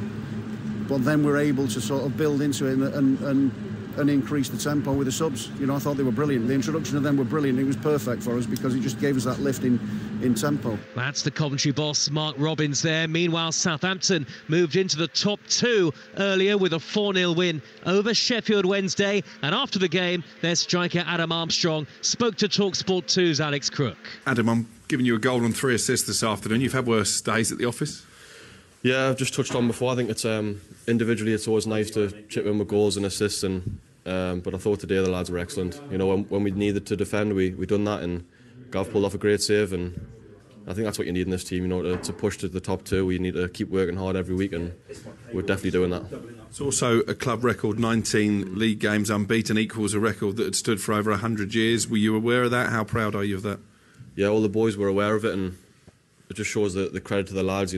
Back in September when we went 4 games beaten, it was a tough one to take, but it shows the character in the squad that we've got at the minute. And look, we're taking every game as it comes, and it's an honour to join the history. And there must be a real belief now that automatic promotion spot is up for grabs and that you can take it. I think there's always been a belief, even at the start of the season when you see the lads coming in, the staff that we had, and you could see things coming together. I know it sounds daft, but when we got beat them 4 games, it made us stronger, and yeah, we're definitely showing that on the pitch. That's Southampton's Adam Armstrong. Southampton were up to second in the Championship, at least very briefly, after their 4-0 win over Sheffield Wednesday. 19 unbeaten, that equals a club record for Southampton, but they've since been re-overtaken again by Ipswich. Ipswich won, Sunderland won, the latest score here at Portman Road. Live on Talksport 2, this is Joe Shannon. Former Chelsea, West Ham and Charlton defender Scott Minto is alongside me in the commentary position. Let's just recap all of the full-time scores from earlier from the Championship. Coventry 3, Leicester 1, Birmingham 2, Swansea 2, Cardiff 0, Leeds 3, Huddersfield 1, Plymouth 1, Preston 2, Bristol City 0, Rotherham 0, Stoke 1, Southampton 4, Sheffield Wednesday 0, West Brom 4, Blackburn 1, and Millwall 1, Middlesbrough 3. In the Premier League earlier, it finished Chelsea 1, Fulham 0, live on Talksport. Half-time at St James's Park in the 5:30 kick-off. Newcastle 2, Manchester City 1. In League 1, Portsmouth still top, though they were beaten by Leyton Orient this afternoon. Peterborough closing the gap to the top of the table by just 1 point, and Peterborough have a game in hand. 2 games abandoned in League One. Bolton against Cheltenham was abandoned because of a medical emergency in the crowd, and our thoughts, of course, are with the person involved in that medical emergency. We wish them a speedy recovery. And Reading against Port Vale was abandoned as well because of a pitch invasion by the Reading supporters protesting against the club's owner, Dai Yong. And in League Two, Stockport County stayed top of League Two after a home victory over Walsall. We'll keep you up to date with the game in the Premier League at 5:30 here on Talksport 2, Newcastle 2, Manchester City 1. But here, second half will be back underway shortly. Ipswich 1, Sunderland 1 is the half-time score. Scott Minto, we don't have replays in our commentary position here, high up in the main stand, but we have had a chance to look again at both goals. And actually, when you look at the Ipswich equaliser, first of all, there's an element of fortune about it. The ball actually nicks off the Sunderland man, Ekwa, rather than the touch of Chaplin. But I want to talk to you in particular about the opening goal from Sunderland, and having seen it back again, Ipswich goalkeeper Hladky really does look at fault. I see some goalkeepers doing it, and some are very good at it. I think Emi Martinez, the Villa goalkeeper, is brilliant at kind of reading where a striker's going to put it, and he makes a very difficult save look easy, but you can't guess. You really can't guess. And he's gone one way, and actually he's gone the way that he's got his two central defenders there. So even if it had gone to his left, I think that the defenders would have blocked it out. And the fact that it's gone to his right, and at first glance I thought it was kind of top corner. It wasn't actually, and if he'd have gone the other way, then he no matter the power, and it was a sweet strike, he would have saved that. So I think he'd be really disappointed with that. This is Talksport 2. And we're back underway at Portman Road for the second half. Ipswich 1, Sunderland 1, with myself, Joe Shannon, and the former Chelsea defender Scott Minto alongside me. If you're just joining us, no changes for either team at half-time. Ipswich in the blue and white, playing from right to left towards the Sir Bobby Robson end, where the most vocal home supporters are gathered. And Sunderland in the red and white striped shirts, black shorts and red socks, playing from left to right towards the Sir Alf Ramsey end of the ground. Again, where there are Ipswich fans. There are Ipswich fans at both ends of the stadium. Sunderland supporters are on the far side as we look at it. So no changes at half-time. Ipswich have got the ball midway inside Sunderland territory, though. Harry Clark has nutmegged Ekwa. He's threaded it to the left, and Davis. Davis 10 yards to the edge of the box. He shoots, and it's tipped away by Patterson, headed back across by Broadhead, steered away by Luke O'Nien from inside his own penalty area. Sunderland under threat right at the start of the second half. The rising drive from Davis dealt with well in the end by Patterson. Yeah, really good start from Ipswich. Exactly what Kieran McKenna would have wanted. Look, we're back in the game. It's 1-1. Let's start this second half really positively. And we haven't really seen Leif Davis in the first half, have we? We know he's such a superb player and a Premier League player in the making, but this first half, we haven't really seen him being able to bomb on down that left. But there we got the shot in from about, 25 yards out that Patterson could only kind of push out and didn't push to the side. So he certainly didn't stop the danger there, but it's exactly the way Ipswich would have wanted to start. And that's exactly what I'm sure McKenna would have been saying at half-time. You can see Kieran McKenna with his dark jacket on, hands in pockets on the near side touchline. Very small technical areas here at the very compact Portman Road. Steep drop to the near side touchline below from our commentary position, right to the back of the three-tiered main stand, just to the left of the halfway line. A ground that so often this season has produced not just tremendous atmospheres, but tremendous results in the Championship for Ipswich. And lots of goals. And lots of goals too. 1-1 the score. We've got Ipswich in possession now with Taylor, midway inside the Sunderland half. Out wide to the near side, and Davis back in field to Taylor again. I'll give you both sides again in just a moment. But Ipswich on the attack once more with Broadhead against his old team. Sunderland haven't really got started yet in the second half, though Barr has won possession back on the halfway line. He surges forward, tackled by Edmondson. That's a Sunderland throw, 10 yards into Ipswich territory, near side the right. And an energetic and pacey start to the second 45. Absolutely, and not just from you, Joe. Honestly, what I like about it is that Ipswich are the home side. Obviously, as I say, they've been punched on the nose by Southampton. OK, well, how are you going to react to it? They've reacted really well, but Sunderland have not just come here for the draw. They're trying to attack whenever they can. And, from both sides, with Joe Bellingham, trying to get in behind when he possibly can as well. So this is not just, one side wanting to win, another trying to stick for the draw. Both sides looking for the victory. Sunderland on the attack now with Neil. Neil darting forward inside left channel, finding Joe Bellingham. Little flick back towards Neil Neil, who continued his run. Good interception to clear it away from Travis, who was then sent sprawling. Free kick given by referee Sam Addison to ironic Ipswich cheers, though I have to say I think the referee's been excellent so far tonight. And it's a free kick to Ipswich, who have Hladky in goal. Clark, Edmondson, Wolfenden and Davis are the defenders. Travis just getting to his feet on his debut alongside Taylor in midfield. Burns, Chaplin and Broadhead behind the goal scorer Jackson up front. And for Sunderland, Patterson is the goalkeeper, with Hume, Ballard, 09 and Elise the back four. Neil and Ekwa are the holding two. Pritchard, Clark the goal scorer, and Barr in support of Joe Bellingham, who is the man most of the time playing in that false nine role. I'll give you both sets of subs as well. Ipswich in possession with Clark. He finds Chaplin on the halfway line, hooks it up high down the far side channel, right wing position. Burns is offside. The Ipswich subs: Walton, Twansebi, Aluko, Ball, Harness, Humphreys, Hutchinson, Ladapo and Jeremy Sarmiento, a recent loan signing from Brighton. And for Sunderland, Rusin, Bishop, Triantis, Bennett, Matete, Burstow, Alshish, Salt and Luis Semedo, also known as Hemir, are the Sunderland subs. And Sunderland have a free kick now in their left-back position. Elise takes it and gets the return ball from Bellingham. Nearly 5 minutes into the second half, and 1-1 the score. So Sunderland will go back up to second, up to sixth, and Ipswich will go back up to second, above Southampton in the Championship. Headed by Wolfenden, cushion headed by Taylor. Back to Wolfenden on the halfway line. Taylor, a man playing with a great deal of composure, having a greater run in the side now than he did at the start of the season, the former Peterborough man. And here is Davis in the left-back spot. Little touch to nudge it over the halfway line from Broadhead. And now Davis threading the ball upfield. Jackson can't reach it. Shepherded back by Ballard to his goalkeeper Patterson, whose clearance hangs up high in the dark evening sky. The floodlights are on. It's a chilly night. Travis a long way from goal for Ipswich. Through the middle, though, towards Jackson. And he could get the wrong side of Ballard here. Oh, he sent Ballard to ground. That'll be a free kick.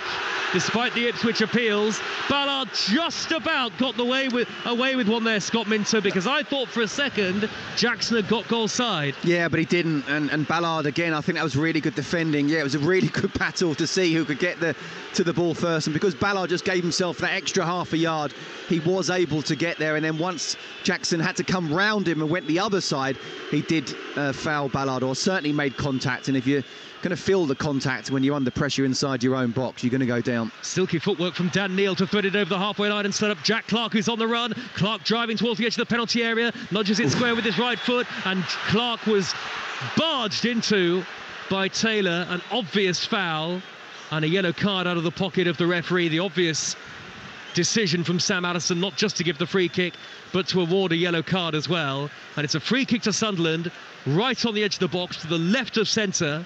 And it's set up perfectly, surely this, for the right boot of Jack Clark. Yeah, absolutely. Dangerous position this, isn't it? We've already seen him stick one in from the inside left position. This now a set piece. Not always easy to sort of get it up and down, and it's a little bit wider than he would have liked, to be honest with you. Maybe 5 yards wider than he would have liked, but it's a guessing game, isn't it, between him and the goalkeeper. He won the battle when Sunderland got their goal, and Jack Clark scored it himself, with the keeper going one way and him going the other. Now, can he get it up and over the wall? But which end is he going to put it in? Well, it's Pritchard, the former Norwich man, who's placed the ball down in the end, about a yard from the edge of the box, left of centre. 4 men in the Ipswich wall. Everybody back in blue and white, in a key moment early in the second half. 7 minutes played in the second period on Talksport 2. 1-1 the score. Pritchard stands a couple of yards from the ball. He runs forward, he hits it right-footed, and it's a couple of yards over the top. May have been going slightly wide of goal as well. Hladky, the goalkeeper, all in green, was scrambling. Out of play, goes for a goal kick to Ipswich. Yeah, it's a difficult one, isn't it? I mean, if I'm Jack Clark and I've scored and I'm having a wonderful season, I'm saying to Alex Pritchard, let me have it. But Pritchard clearly good at set pieces, very good at set pieces, in fact. You'd almost need to be David Beckham-like to get it up and down, and with pace and power, and beat a goalkeeper from there. That's the difficulty, isn't it, Scott? Some free kicks can almost be too close to the edge of the penalty area. Absolutely. Because you don't have time to bring the ball down again. The ball is with the Ipswich goalkeeper Hladky. Slightly clumsy square pass to the feet of Wolfenden. Now in the right back position is Clark, and he feeds Travis. Travis looking very composed on his Ipswich debut. Neat touch by Burns. Back to Chaplin on the halfway line. Drives infield straight away. Little touch forward by Taylor. Little touch back by Burns to Chaplin again in the centre circle.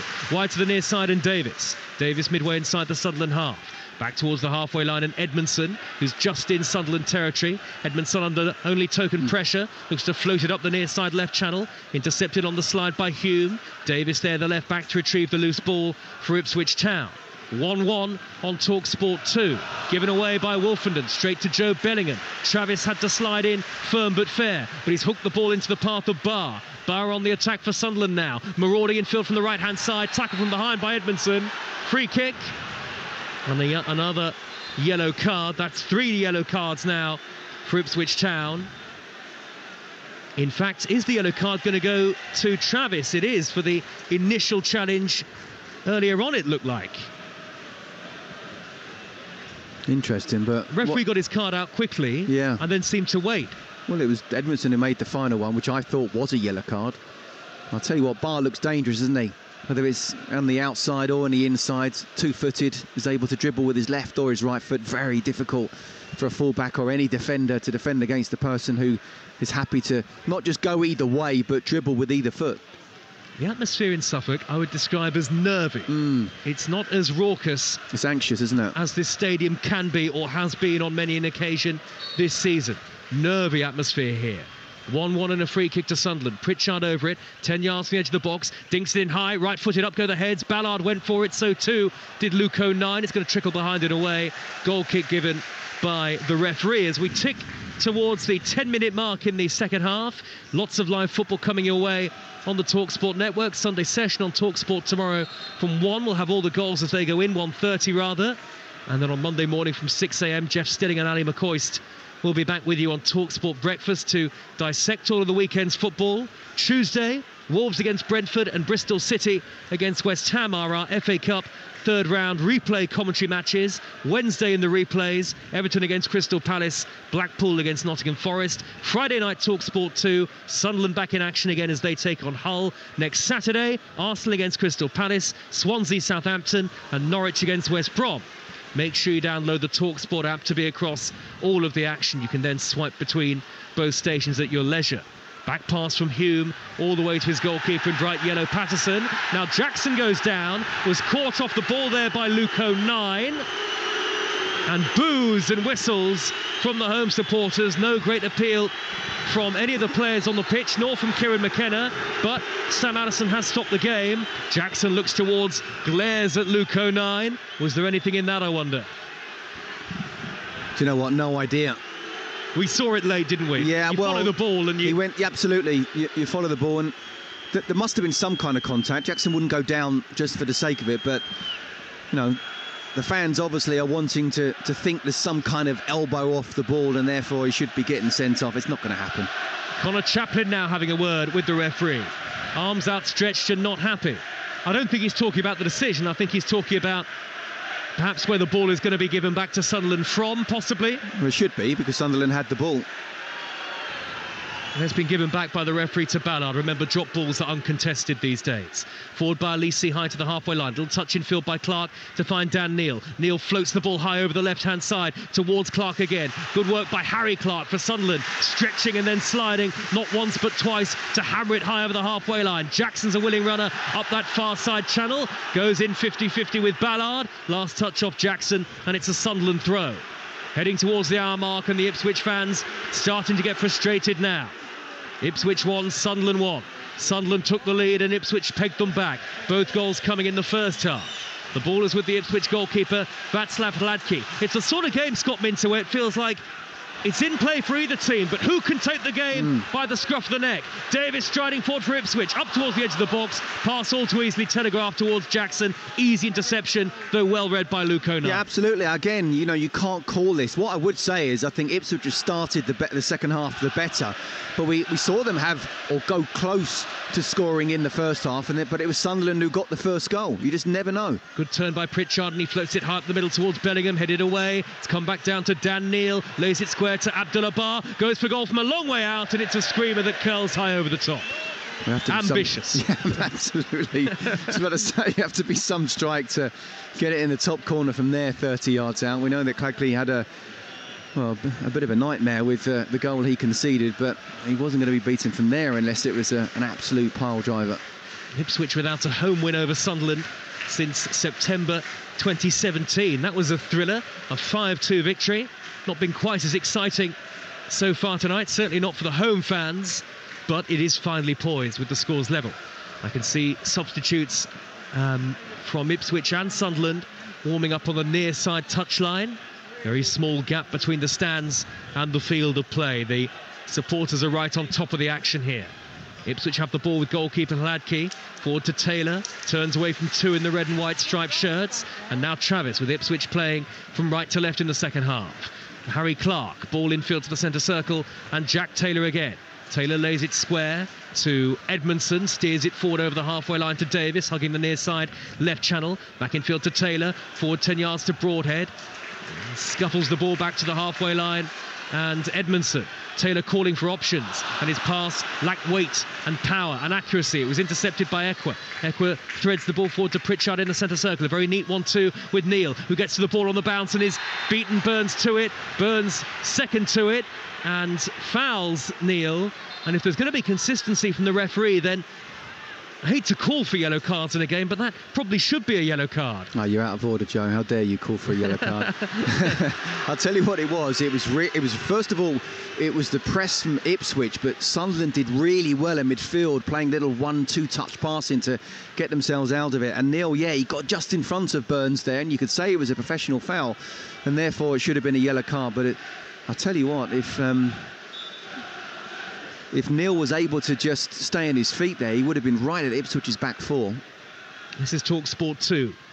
Here is Bellingham with his back to goal for Sunderland. He's been tackled by Wolfenden, and the ball deflected up onto the hand of Bellingham in the same instance. Free kick given to Ipswich, and half of Portman Road, or most of it, on its feet. The ironic cheers for the referee. 1-1, and just confirmation of that yellow card earlier that we thought was for Travis. It actually was for Edmondson in that little incident earlier on. Edmondson was the man who was booked. It made sense. He was the one who dragged Bar back. Ball is back with the goalkeeper Hladky. A stalemate in the second half so far. Now gone. Taylor darting forward over the halfway line and threading it high and long. Too long for Jackson. And it was the obvious ball as well. Jackson was sandwiched in between the two centre halves, and he was never likely to reach it. Balled up quickly by Patterson, the goalkeeper. Dinked upfield by O'Neill. Diving header to intercept on the stretch by Taylor, who's hurt himself. It looked like he might have overstretched there. Back to his feet, Taylor. Forward by Davis. Chaplin dinks it wide to the left, and Broadhead, who crosses in. Header away. It's come back to Connor Chaplin to shoot. Blocked at the near post by O'Neill. He took it down with great confidence there. Connor Chaplin, last year's League One Player of the Year, struck it fizzing towards goal from the angle, but O'Neill got the foot in to clear it away. And now Hume in the right back position for Sunderland. He's nutmegged Taylor. Hume streaking over the halfway line, whipping the ball crossfield from right to left. Excellent covering header from Harry Clark to get above his namesake Jack Clark. Oh, and now it's back with the goalkeeper Hladky, who can pounce on the loose ball. Yeah, Hume did really well first of all, going past two players, and then he almost, trying that Hollywood 50-yard ball where he didn't need to. It was a real opportunity for the counter-attack, and decent defending in the end from Harry Clark, just heading it back. And the noise levels starting to rise at Portman Road. Another sellout crowd here of just shy of 30,000 expected. Ipswich, who haven't played Premier League football since 2002. Here is Harry Clark surging forward for them. Early ball up the middle towards Jackson. Again, it's intercepted this time by Ballard. With a loose ball, the second ball is retrieved by Burns for Ipswich. And now Taylor spins and turns. Midway inside the Sunderland half. Lodges the ball wide with the outside of his boot to Davis. Davis threads the pass along the outside edge of the penalty area, where it's come back to Travis via the half interception of Pritchard. Travis wide to the far side. Burns first time cross. Blocked by Alisi. Appeals for handball. The referee and his assistant both say no. 1-1 the score on Talksport 2. Little touch by Burns to Travis again. Led with the edge of the 18-yard area. There always seems to be drama in games involving Ipswich Town in particular. Harry Clark has won it back on the far side. Infield it goes to Taylor. Taylor corner of the box. Tackled by Pritchard. It's come back to Harry Clark. Little quick feet to knock it on to Chaplin. Back to Harry Clark! Good save by the goalkeeper. Rebound comes towards Taylor. Not away just yet. Broadhead tries to meet it. Steered upfield by Bellingham. What a chance for Harry Clark to put Ipswich in front. Brilliant play though from Clark, I have to say. First of all, he won the ball back and then just bombed on. Really good pass to him. The ball was just a little bit too close to his feet. He tried to get it out a little bit, but he wasn't able to get a proper strike on it. But still he hit the target and the keeper wasn't able to hold it. So good play from the right back, bombing on there. First of all, winning the ball back and then creating that opportunity almost for himself. Kieran McKenna applauds from the near side touchline. There's activity down below us here. I think Sunderland are going to make a change. It's hard to see exactly who's coming on, but there is certainly a substitute stripped and ready to go in the red and white of Sunderland. 1-1 after 63.5 minutes on Talksport 2 in the EFL Championship with McDonald's. Order McDelivery on the McDonald's app and get tasty rewards points 18+. Terms and conditions apply. Now then, ball is back with the Sunderland goalkeeper Patterson. Launches it square to Ballard. On a chilly evening in Suffolk now. 2,000 Sunderland supporters among the strong sellout crowd. The ball is with Ekwa, midway inside his own half. Ekwa, a player of elegance in midfield. And the player that Sunderland are going to bring on very shortly is another Frenchman, Adil Al-Shish, a former Lorient player. And it'll be Barr, his compatriot, who is going to come off. And Al-Shish with the gloves and the pink boots on as Michael Beale makes the first change of the game. Scott Minto. Slightly surprised. I think Barr has done well whenever he's got the ball. Perhaps not been in the game as much as Michael Beale would like, but whenever he has got the ball, again, we talked about the ability to either go inside or on the outside with either foot as well. And I think at times when he has been on the ball, he's looked dangerous. Sunderland, remember, need just a point to move back into the playoffs. 6th was where they finished last season, beaten in the playoff semi-finals. Then Tony Mowbray's Sunderland by Luton Town. Tony Mowbray, who began his reign as Birmingham manager with a 2-2 draw at home to Swansea. Elsewhere, Coventry, big winners over Leicester, 3-1. Leicester, who finished with 10 men. And we're 1-0 up. Ipswich, as it stands, would move back into second and cut the gap to Leicester to 9 points. Leicester against Ipswich will be live, and not next Monday, but the Monday after, Monday week, on the Talksport network. The ball is back with Patterson, the Sunderland goalkeeper again. Once more it's hit forward to Ballard. We're heading towards the final quarter of the game. Ballard's knocked the ball long, high up the inside left channel, and Clark athletically gets beyond Bellingham to send it spiralling back to his goalkeeper, who's nearly caught out. It's one back, it's Al-Shish, he shoots, it's just wide! Somehow Sunderland failed to take advantage as Ipswich were caught out at the back. Ladke and Wolfenden were sleeping, and Al-Shish, who's only just come on with his first real touch, he hit it right-footed. He hit it just an inch or so wide of the near post. It should be 2-1 to Sunderland. Well, look, if Barr was still on the pitch, I don't know if he would have been in that position, but I do feel he would have at least have hit the target there. What a wonderful opportunity inside the box after the muck-up of the Ipswich trying to play the ball out, and in the end he doesn't even hit the target. My goodness me, it's almost shooting practice that, and you don't often get that amount of space right in front of goal inside the 18-yard box on a match day. What a miss from Al-Shish. He really should have turned that in, but he couldn't, and it's a big let-off for Ipswich Town. 1-1 it remains here on Talksport 2. Both teams, by the way, tend to score late in matches, which is encouraging for both as we head into the final quarter of the game now. So 2-2 then, is that what we're saying? Well, quite possibly. Although that said, Scott, Sunderland haven't dropped a point in games this season when they've taken the lead. So for Ipswich to fight back really does say something about the resolve of Kieran McKenna's team against a team who are very good when they go ahead in matches.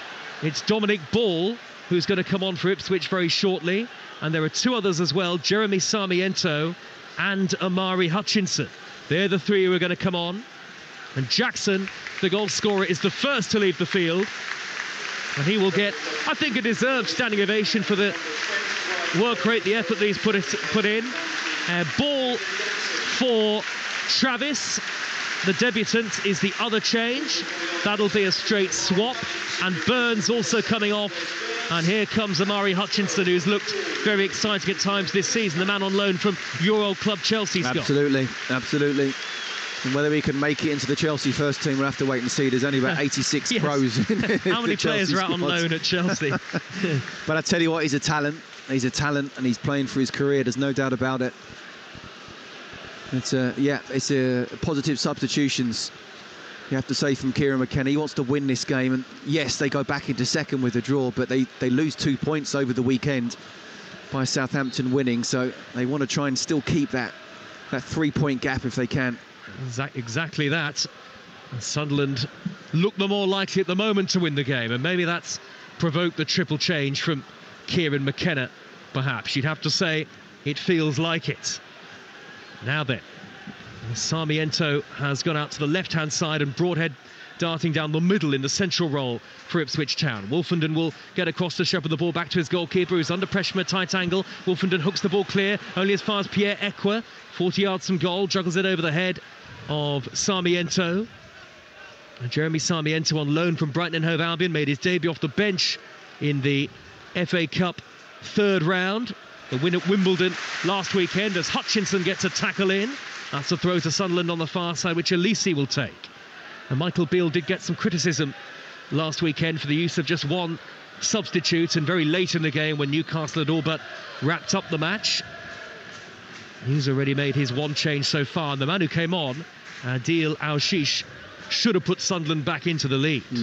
Absolutely, and Sunderland might not get a better chance than that. But what you do have to say is, while Ipswich have the possession and, you know, they're sort of very good around and up until the Sunderland box, it's Sunderland who are playing on the counter-attack, and they do look dangerous at times, able to create chances when they have that counter. Still Newcastle 2, Manchester City 1 in the late kick-off in the Premier League. There's a foul on the near side by Ekwa on Taylor, and the Ipswich fans out of their seats in front of us, arms outstretched, want a yellow card. But they're not going to get it from the referee. Free kick taken by Dom Ball, who is a tall presence in midfield, the former QPR and Tottenham player. Very rarely a league starter at Ipswich Town is Ball. He'll be the sitting man in that midfield two of Ball and Taylor. Driving in field from the left-hand side is Davis. He's 10 yards to the edge of the penalty area. He's touched it onto Broadhead. Flag goes up against Broadhead. Just as he made his way into the penalty area. Good defensive line from Sunderland indeed. Neil has turned towards the back four and applauded them all. Broadhead did look offside when the ball was initially played. And with 20 minutes to go of normal time, are Ipswich running out of ideas a little, it feels like, in attack? Because Sunderland continues to look the more likely. Here is Jack Clark, level with the edge of the 18-yard box, heading for the dead ball line, twisting and turning onto his right side. He's played it backwards now to Elise. Elise out to the far side, the left now, and Pritchard with the white boots on. Pritchard scampers in field, finds Neil. Neil faced up by two in blue, so plays the sensible ball back to halfway. Scott Minto. Yeah, absolutely. And again, still no idea how this is going to finish. Both teams look wanting to try and get the win. You say about Ipswich devoid of ideas a little bit. Well, that's why Kieran McKenna has made the substitutions he has. Need a couple of minutes to get used to the pace of the game, but I do expect them to create more chances. But that will also, for Sunderland, mean that if they can counter-attack very quickly, then maybe there'll be open spaces for them to exploit. And if Ipswich were to go 1 win in 6, that would really feel like losing ground in the race for promotion. Yeah, again, you know, glass half full, half empty. You know, you drop 2 points compared to what Southampton have done. It's 1 win in 6, but you've still kept that second place. But what it does mean is, yeah, there's not the 3-point gap anymore, just the one. Here is Wolfenden with his blonde hair, midway inside his own half the field. Oh, he's been dispossessed by Pritchard, and Wolfenden got very lucky. Pritchard, having made the tackle, went down and has hurt himself. Pritchard is hurt, and he's not getting up to his feet. He's having to be helped by the Ipswich goalkeeper. Meanwhile, at the other end, Ipswich trying to counter, Pritchard is back onto his feet now, but still limping. Here come Ipswich with Chaplin. Far side there right. Infield to Amari Hutchinson. Shot is deflected behind off 09. It'll be an Ipswich Town corner. 18 minutes to go. 1-1. Pritchard is moving again, and Ipswich, from getting very lucky at one end, nearly scored at the other end. Yeah, very quick counter from them this time, and good play down the right-hand side. And well, again, you have to say it was good defending from Sunderland. I thought it might have come off one of the Ipswich players just running across the goal, but again, they're getting numbers back, aren't they, Sunderland? It'll be Davis to take it. It'll be in swinging. It'll be left-footed into the edge of the 6-yard box, headed away by Ballard, high up into the sky, nodded down by Jack Taylor, smuggled away by Ballard again. Now it's Sunderland having to fend off some Ipswich pressure here, as both sides look for a potential winner. It's gone quite quiet again at Portman Road. Wolfenden midway inside the Sunderland half, teases the ball to the right, and Clark forward now to the dynamic Hutchinson, who's made another good run. He's got support from Sarmiento square. Hutchinson twisting away initially from the retreating defender, and he's still got it, and he's set up Sarmiento down by the dead ball line, teases it onto his left, only half away. It's come back to Hutchinson, blocked by Ekwa. Excellent work from Hutchinson, and Sarmiento, who turns to the crowd. He turns to the Sir Bobby Robson stand. He wants more noise from the stands. They so nearly had a shooting opportunity there. Brilliant work from both of those wide players, but again, you have to say, fantastic defender from Sunderland. It's Hutchinson again, 5 yards from the corner flag on that far side, the right wing. Looking good as an impact sub already. Level with the edge of the 18-yard box, and now he crosses in high, left-footed, the reverse ball. Headed away by Trey Hume for Sunderland. It's dropped down towards the near side on the Ipswich left. Davis bundled over by Al-Shish. That was such a clumsy challenge, and a free kick to Ipswich in a dangerous position. Do you know what? That's such a winger's tackle. It's so frustrating if you're a defender. You know, you don't need to make that. Leif Davis. Why did he do it? I don't know. You know, he's trying to show that he's keen and he wants to try and press as much as possible. But you also have to be sensible that you're not going to get. The only way you're going to get the ball is actually going through the player, and therefore now it's gone from a throw-in to a free kick that they can stick in the box. Davis will take it. It's 1 yard infield from the near side, the left, level with the edge of the penalty area. Davis delivers high, left-footed! The thumping header is in, and would you believe it, it's Connor Chaplin, one of the smallest players on the field, rising majestically to head Ipswich into the lead. The race for promotion to the Premier League is really hotting up, and Ipswich maybe are back in the running. Ipswich 2, Sunderland 1. And I was just about to say, but didn't have time, was he stepped up, Leif Davis, to take that free kick in. That Al-Shish should be thinking, do you know what? I've had that miss down the other end, well, practically my first touch. Now I've given the ball away. Please don't go in the back of the net. Well, I tell you what, that was a good cross, but it was a wonderful header from Chaplin, because he still had so much to do. First of all, it was his movement, running across a couple of Sunderland players. And then it was the power of his header and the direction of it as well that gave Patterson no chance whatsoever. Not the tallest, but that was almost like an Alan Shearer, a Mark Hateley type header. Wonderful goal, and they could be 3 crucial points. Can you believe it, Scott Minto? Because Connor Chaplin has got to be one of the smallest players, just about the smallest player on the field, and he just leapt above the Sunderland back line to find the top corner with a header. Absolutely remarkable. And Ipswich lead by 2-1. And here they come again with Sarmiento trying to burst up the middle. His run is halted by Dan Neal, who was then fouled, and that will be a free kick. Do you know what? It goes to show that it's not all about height, it's about movement, and then it's about timing of the header. And both of those were absolutely superb from Chaplin. You don't expect that type of goal from him, but boy, has he delivered there. He's only 5'6", Connor Chaplin. But he's headed home his 9th of the season. You have to say it feels like Ipswich's most important goal of the season so far. Do you know what? It makes it even more disappointing from Mick Beale's point of view. The fact that, you know, how did you concede a set piece? Well, who scored? Someone who's 5'6". Well, how did that happen? You know? Well, again, it's extraordinary. It is. But I'm not sure he was meant to be picking him up, but what I could see is the movement from him, again, coming from back post to near post, but he was still about, you know, level with the penalty spot. So it's a wonderful header. Great movement, great header, still using his neck muscles to create the power. It wasn't just a question of a little flick on. He had to generate the power himself as well. Wonderful goal. He's only 1 goal away from 50 for Ipswich. Connor Chaplin. Newcastle 2, Manchester City 2. Would you believe it? Kevin De Bruyne. First goal for him since his return from injury. It's made it 2-2. Yes, I would. At St James's Park. Yeah, I'm not that surprised either, in fairness. Now Clark driving in field, getting the 1-2 from Pritchard. Jack Clark played it square, nobody there in red and white.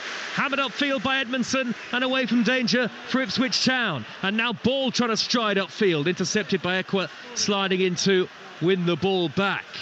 Clark making things happen all the time for Sunderland. Pritchard likewise, but they don't really have that number 9 to be on the end of those. Absolutely. Again, I was looking at Joe Bellingham, almost call him Jude then, looking at Joe Bellingham, and again, the striker's natural instinct will go with the ball and see where he is, and Jack Clark was just wanting someone, just as he flicked it inside, to read that, what he needed to do, the only thing he could do, and Bellingham didn't read that in the end. Quickly taken free kick by Clark, and at least he could be in. Angle tight inside the area, plays it square, and it's missed inside the box, but it's come back to Hume to divert it across goal again, steered away by Edmondson on the edge of his own 6-yard box for Ipswich Town.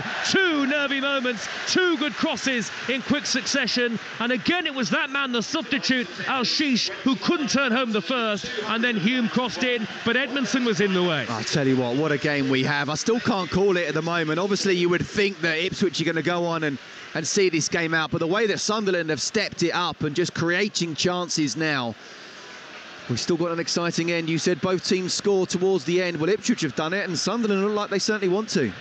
Well, more than 25% of Sunderland's league goals this season have come in the final 15 minutes. 10 league goals in the final 15 this season for them. They are 2-1 down, and great credit to Ipswich for coming from behind to lead on Talksport 2. Both these sides' next 2 games are live with us. Sunderland against Hull on Friday, and Ipswich away at Leicester in the clash of the top 2 on Monday. But in many ways, I think this is a much more important game for Ipswich than that Leicester match. Yeah. I mean, in a sense. Yeah, no, I know exactly what you mean in terms of points, because Leicester, it is Leicester +1. It will be. But, listen, there's some big games coming up. I think every game is absolutely massive. They just want to try and keep Southampton at arm's length as much as possible. And I think what's important is to get the win here, so they don't go into Leicester thinking we need a win as well to stay second. Taylor's run 30 yards over the halfway line, but his pass is behind Sarmiento, who couldn't reach it. Out of play for a Sunderland throw in the right back position. Talksport 2. The home of the EFL and the network, the only national broadcasters to bring you live commentaries of the EFL. We're the only place for the big games and the important goals and the huge moments across another wonderful season so far. And another Ipswich free kick, yard infield or so from the near side touchline, left wing position, Davis over it. We've seen this already. Pick up the big man. Yes, Connor Chaplin. The all big 5 little man. feet 6 of him. And Broad heads forward, and Taylor's there. And Edmondson and Wolfenden are up from the back. And Sarmiento's lurking too. This free kick is slightly further back, not quite level with the edge of the 18-yard box, this one. But again, Davis, who's into double figures for assists in the league this season, whips it in high, left-footed. Chaplin again! Far post, hit the bar from Wolfenden. What a delivery from Davis. Chaplin's glancing touch. Wolfenden had to score, but he hit the woodwork. What a ball from Leif Davis. I was very careful how I chose my words when I talked about the cross leading to the goal. Actually, it wasn't a great word, but it was a good cross. That was a wonder ball in, because it's such a difficult ball to put it in between the back 4 of Sunderland and the goalkeeper as well. But it went right across the goal, and Wolfenden, well, that would have been game over. But he's hit the bar. Sunderland's still in this game. And it's lofted forward downfield by Neil towards Al-Shish. Hooked away by Edmondson. Ipswich 2, Sunderland 1. 9 minutes of normal time to go, plus stoppage time. What a thriller we've got here on your home of the EFL. As I say, lots of football like this to come between now and the end of the season. And then the playoffs and everything to do with that. Sliding tackle, Sarmiento and Hume both went in for the 50-50. Referee's got a decision to make. The free kick goes the way of Ipswich Town. And Hume is going to be yellow carded here. And Sunderland are going to make a change very shortly. And And Sarmiento and Hume both down, and both might need to receive some treatment. Scott Minto's got the binoculars. What can you see, Scott? I can see a referee with a yellow card in his hand, and it's going to be interesting to see who he gives this to, because it was one of those that was almost just a good old-fashioned 50-50, two players going in. But what we did see afterwards was, look, I'm sure it hurt both of them, but both rolling around as if they've been shot. Well, he did give the free kick to Ipswich, so surely the yellow card will be for Hume. And it is for Hume. Again, I just think that was a proper 50-50. I thought that too. Two committed players going for it. Was either player late, particularly? I didn't think so.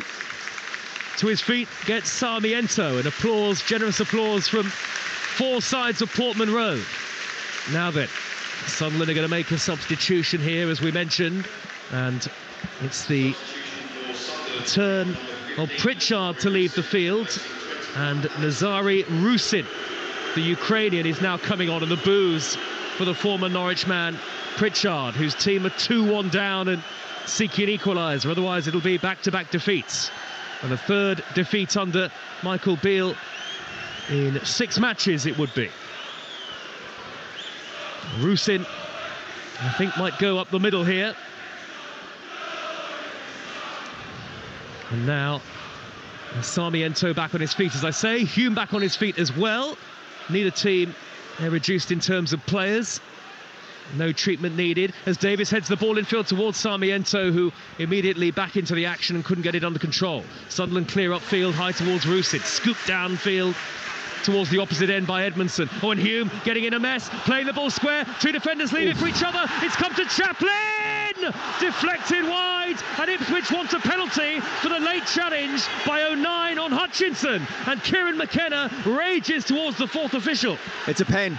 It's a pen. You give a pen. I know that he's just played on and then there was an opportunity, but you'd much rather, if you just press pause just as that shot was about to come in, you'd still take the penalty over that. Ipswich cannot believe it. Martin Pert, the goalkeeping the first team coach, Lee Grant, and Kieran McKenna is absolutely fuming. Look, Sam Allison has had a really good game refereeing this game, and I don't want to be overly critical, but again, I talk about what would you want at the point of shooting, a penalty or still someone who's about to shoot with a defender and a goalkeeper in front of him? Well, this time it's Broadhead who'll take it, and this time it'll be right-footed, and so in-swinging, aiming to go right underneath the crossbar here, maybe. Ipswich Town, Broadhead against his old side. 2-1 they lead, 5 to go. Into the box, headed away by Bellingham. It's dropped down to Ball of Ipswich Town. Cushioned header towards the right-hand side. Hutchinson gets there, dinks the ball forward towards Ball again. Ball has kept it in play on that far side, about 10 yards from the corner flag. Back to the number 10, Chaplin, who's playing with great confidence and verve now. Chaplin, little back heel towards Ball down by the dead ball line, but he's blocked off this time, and the ball is shepherded out of play and behind, and that'll be a goal kick to Sunderland on the far side of the field as we look at it. Good work by Dan Neil to keep the ball from staying in play. And now Sunderland looking for an equaliser again. 4.5 minutes of normal time to go on Talksport 2. Clark peeling back into his own half and having to dart away from 2 in blue and play it back to Ballard. And Sunderland just don't seem to have the finishing touch in the game. But if Ipswich don't win the game, Scott Minto, there'll be massive controversy about that penalty that should have been but never was. Absolutely. I mean, just on the Sunderland thing, I mean, they have played well and they have tried to attack as much as possible, but they haven't had a shot on target in the second half. I think they'll be disappointed with that, but absolutely, for me, that should have been a penalty. Alisi's early ball towards the edge of the box, and Equa touches it on forward towards Rusin. He can't reach it, though. It was intercepted by Wolfenden before it could fall to the feet of the front man. And now Chaplin, midway inside Sunderland territory, has turned away from Neil and left him on the ground. 4 in blue surging forward. Chaplin to his right and Hutchinson. Hutchinson one-on-one with Ballard, who came across and did exceptionally well. Because if he didn't make that challenge, if he was late to it, then Ipswich were in for a third. Do you know what? It was fantastic skill from Chaplin. It really was, the way 2 Sunderland players went one way, he went the other.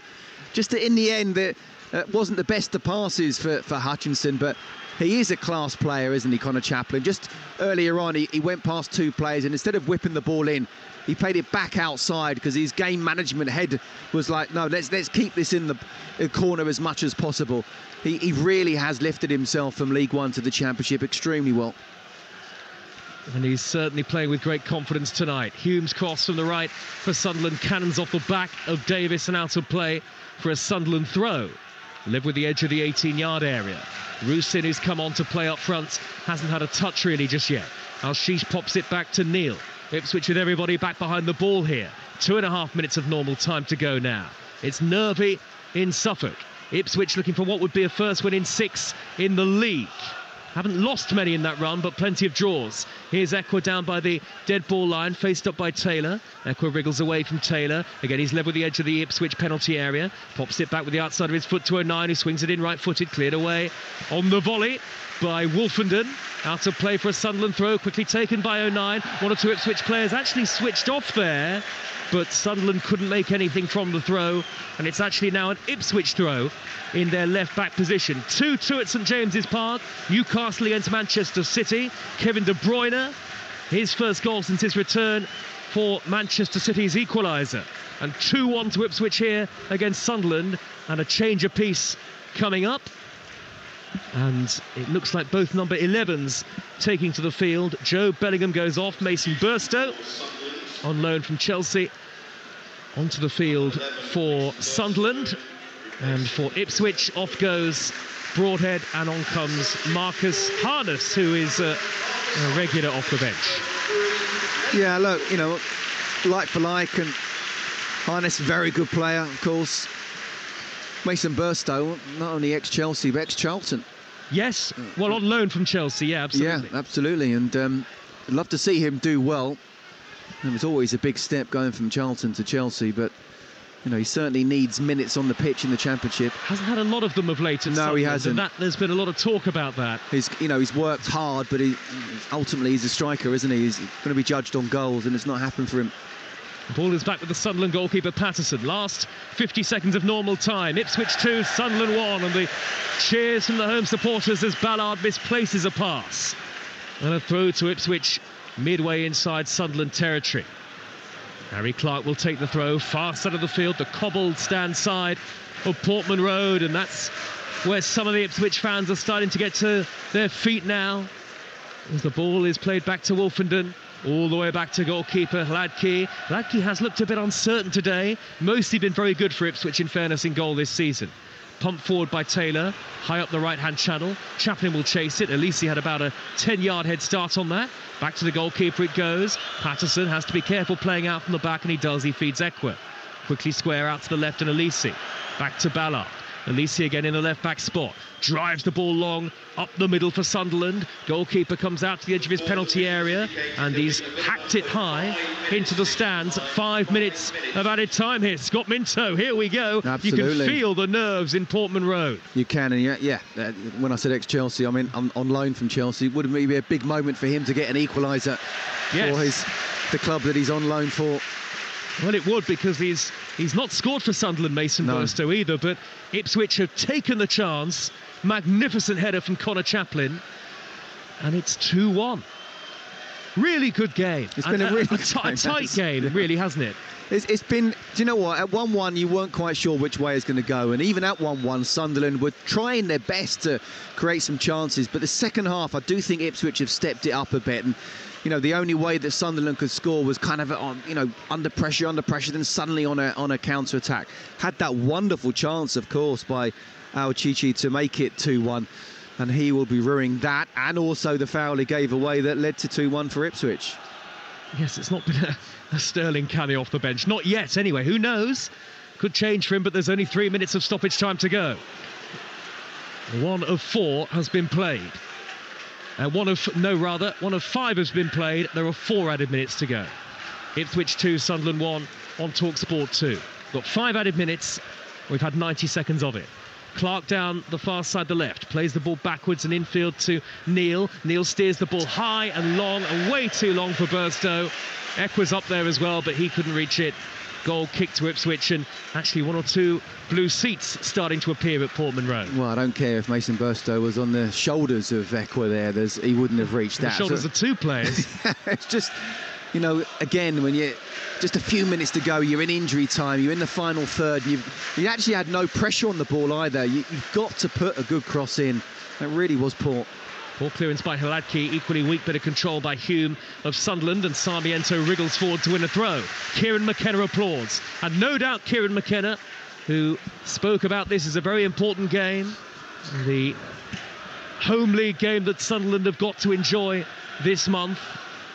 They have an FA Cup tie against Maidstone here at Portman Road before the end of January, but in terms of home league matches, this one's a rarity for them at the moment, and he said his team will be well prepared, fully motivated, and that they have been, and they're 2.5 minutes away from going back into second and 3 points clear of Southampton. Yeah, I just think it's really important for Ipswich psychologically. Again, still plenty of battles to come from now to the end of the season, but to get 3 points from today, you know, if they hadn't have done, if they'd have lost, obviously Southampton would have been into second, but with Leicester coming up as well, you'd probably take a draw in that particular game. Southampton would expect to win. I think it might be Swansea who they're playing. So, and then you've got the FA Cup, so you've got a couple of weeks where they might not have been in that automatic promotion place. Very important, just coming up to that FA Cup game, they stay second and say to Southampton, listen, you're going to have to come out and carry on with something special for what you're doing at the moment if you want to try and grab our place. Off goes Connor Chaplin, he gives the captain's armband to Luke Wolfenden, and Axel Tuansebi, the central defender, comes on. Centre defender / right back, but I'm sure it'll be 5 at the back now for Ipswich for the final 90 seconds of added time. Ipswich 2, Sunderland 1. Chaplin's goal separates them. Harness is down by the corner flag. That was a shove, surely, by O'Nien. No, says the referee. There were 2 balls on the pitch all of a sudden. Sunderland take the goal kick, and we're back underway, but Sunderland have hardly got any time to get an equaliser, and they could give the ball away here on the edge of their own box. In the end, Neil kept his calm, played it back to O'Nien, quickly to the right back position, and Hume. And a miscontrol by Al-Shish. Has the ball gone out of play? The assistant puts up the checkered flag. It has gone out of play. It's a throw to Ipswich Town, and Al-Shish has had a bit of a nightmare. You said that, not me. I mean, the Ipswich press was really, really good, but the way Sunderland got out with 1-2 touch was excellent. The ball to Al-Shish wasn't the best, but neither was his touch either. Sunderland about to suffer back-to-back defeats. Harry Clark for Ipswich trying to bundle his way forward down the far side, the right. Elisi came across. Ipswich have managed stoppage time very well. They've got the ball via a throw midway inside the Sunderland half, far side, and there are only 30 seconds of the allotted 5 left. Now we've got 2 balls on the pitch again. One of them is chucked out of play by Clark. Sunderland, maybe, body language-wise, look a beaten side here. They might get a little more than the 15 seconds officially left to find an equaliser, because we did have that stoppage, but not much more than that. Forward by Edmondson from just inside the Sunderland half, hammering it high. Ball takes a bounce, and it'll drop into the gloves of Patterson. We've had the 5 added minutes. Added time on Talksport 2. Sunderland still persists with playing out from the back. Long eventually goes Luke O'Nien. Up towards Burstow. Edmondson there with a thumping header to get it away from danger. All eyes on the referee, and still the whistle doesn't go. Sam Addison eventually blows the final whistle, and Ipswich Town have propelled themselves right back into the race for promotion to the Premier League. A first win in 6 in the Championship. They're back above Southampton into second. They go 3 points clear of the Saints, and they're now only 7 points adrift of Leicester City. Ipswich fans continue to dare to dream of a long-awaited return to Premier League football. It's been over 2 decades, but Kieran McKenna has got them on the right track, and he's got them back on track in the league with a vital win over a fellow contender. Sunderland stay where they were at the start of the game, in 7th, outside the playoff positions on goal difference, and for the first time this season, in the Championship. Sunderland dropped points after taking the lead. Jack Clark lashed them in front. Kane Jackson with the equaliser for Ipswich at 1-1. Sunderland sub Adil Al-Shish missed a golden opportunity to put them back in front, and then Connor Chaplin, the Ipswich captain, at 5'6", rose highest to head home the winner. Ipswich 2, Sunderland 1. Scott Minto. Do you know what? It was far from Ipswich's best performance of the season, but Kieran McKenna, the players, the fans will not care one bit about that. The Championship season is about grinding out results when you can't play well in all 46 games. They've been nothing short of sensational, and I don't use that word lightly, to be up there fighting for automatic promotion at this stage of the season. But they were 1-0 down. OK, what are you going to do? The fans stuck with them. They found the way back. And in the end, they got a very, very important win, because we were discussing, weren't we, both before and during the game, no wins in 5. What happens if it's no wins in 6? People are going to start saying even more pressure on them. Can they handle it? Well, boy, could they handle it. They found a way, and you have to say that giant of a man, Connor Chaplin, with a wonderful header, was able to get that winning goal. A really, really important one. If you'd have said he's going to score the winning goal, I wouldn't have been surprised. If you'd have said he scored a header from a free kick, I'd have been absolutely gobsmacked. And look, it's a brilliant header, but how will Michael Beale and Sunderland be feeling? Because you can't concede a header to a player, you know, who look, is a fantastic footballer, but if he's beating your defenders in the air, surely there's something wrong. But again, it's about the movement from him, from the positive point of view. You know, it was a good ball in from Leif Davis without being an amazing ball. But he put it in the right area. But it was like, OK, well, who's going to get there first? Sharp in mind. That's what he is, Connor Chaplin. He was able to get that movement, and I don't know if he had another 10 headers in that same situation, Joe, if he'd have stuck the ball in the back of the net the way he did. But it doesn't matter. When it really did matter, he was able to do just that. From a defensive point of view, the negative side, Mick Beale would be saying, listen, who was picking him up? Who was not able to read the situation that he's come off his man?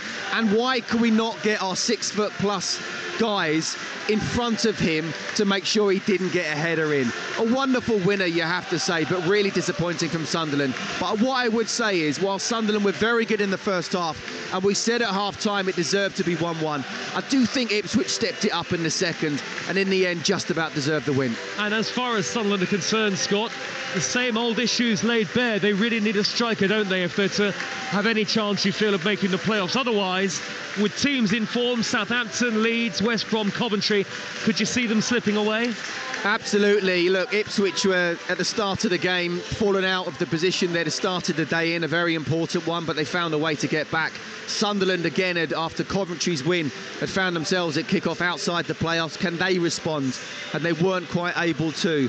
Look, I do genuinely think that Mick Beale's got a very difficult job ahead of him, because when Tony Mowbray went and got the sack, it wasn't as if they're a bottom half. It wasn't like a Wayne Rooney at Birmingham, and I wish Tony Mowbray all the best there. You know, they're in a very good position. But when you've got young players, 8 of the 11 players signed in the summer under 21, and they want to carry on going down that route as well, it's very difficult up against the, you know, the wily old Mark Robbins at Coventry, and then you've got Hull who are doing well under Liam Rossini, Middlesbrough with Mickey Carrick. You know, the budgets, I would imagine, if not all of them, but definitely some of those sides will be bigger than Sunderland's. However you say the size of the Sunderland as a football club, that's going to be a battle for 6th, because I think the top 5 are pretty much sorted. Scott, thanks very much indeed. Pleasure, mate. As ever, Scott Minto alongside me, Joe Shannon, in the commentary box today at Portman Road, where Ipswich have beaten Sunderland by 2-1. So Ipswich up to 2nd in the Championship. Tomorrow lunchtime from 1:30 on Talksport, the Sunday session with Ian Danter. All the goals as they go in. Jeff Stelling and Ali McCoist back on Talksport Breakfast, 6 a.m. on Monday. We've got FA Cup third round replays Tuesday and Wednesday night. Friday night, Sunderland against Hull kick-starts the weekend action on the Talksport network on Saturday. Arsenal Palace, Swansea Southampton, Norwich against West Brom. On Monday night, 2 Mondays' time, it'll be Leicester City against Ipswich Town. Thanks for being with us throughout the day on EFL Game Day Live on Talksport 2. Coming next, Up Front with Simon Jordan.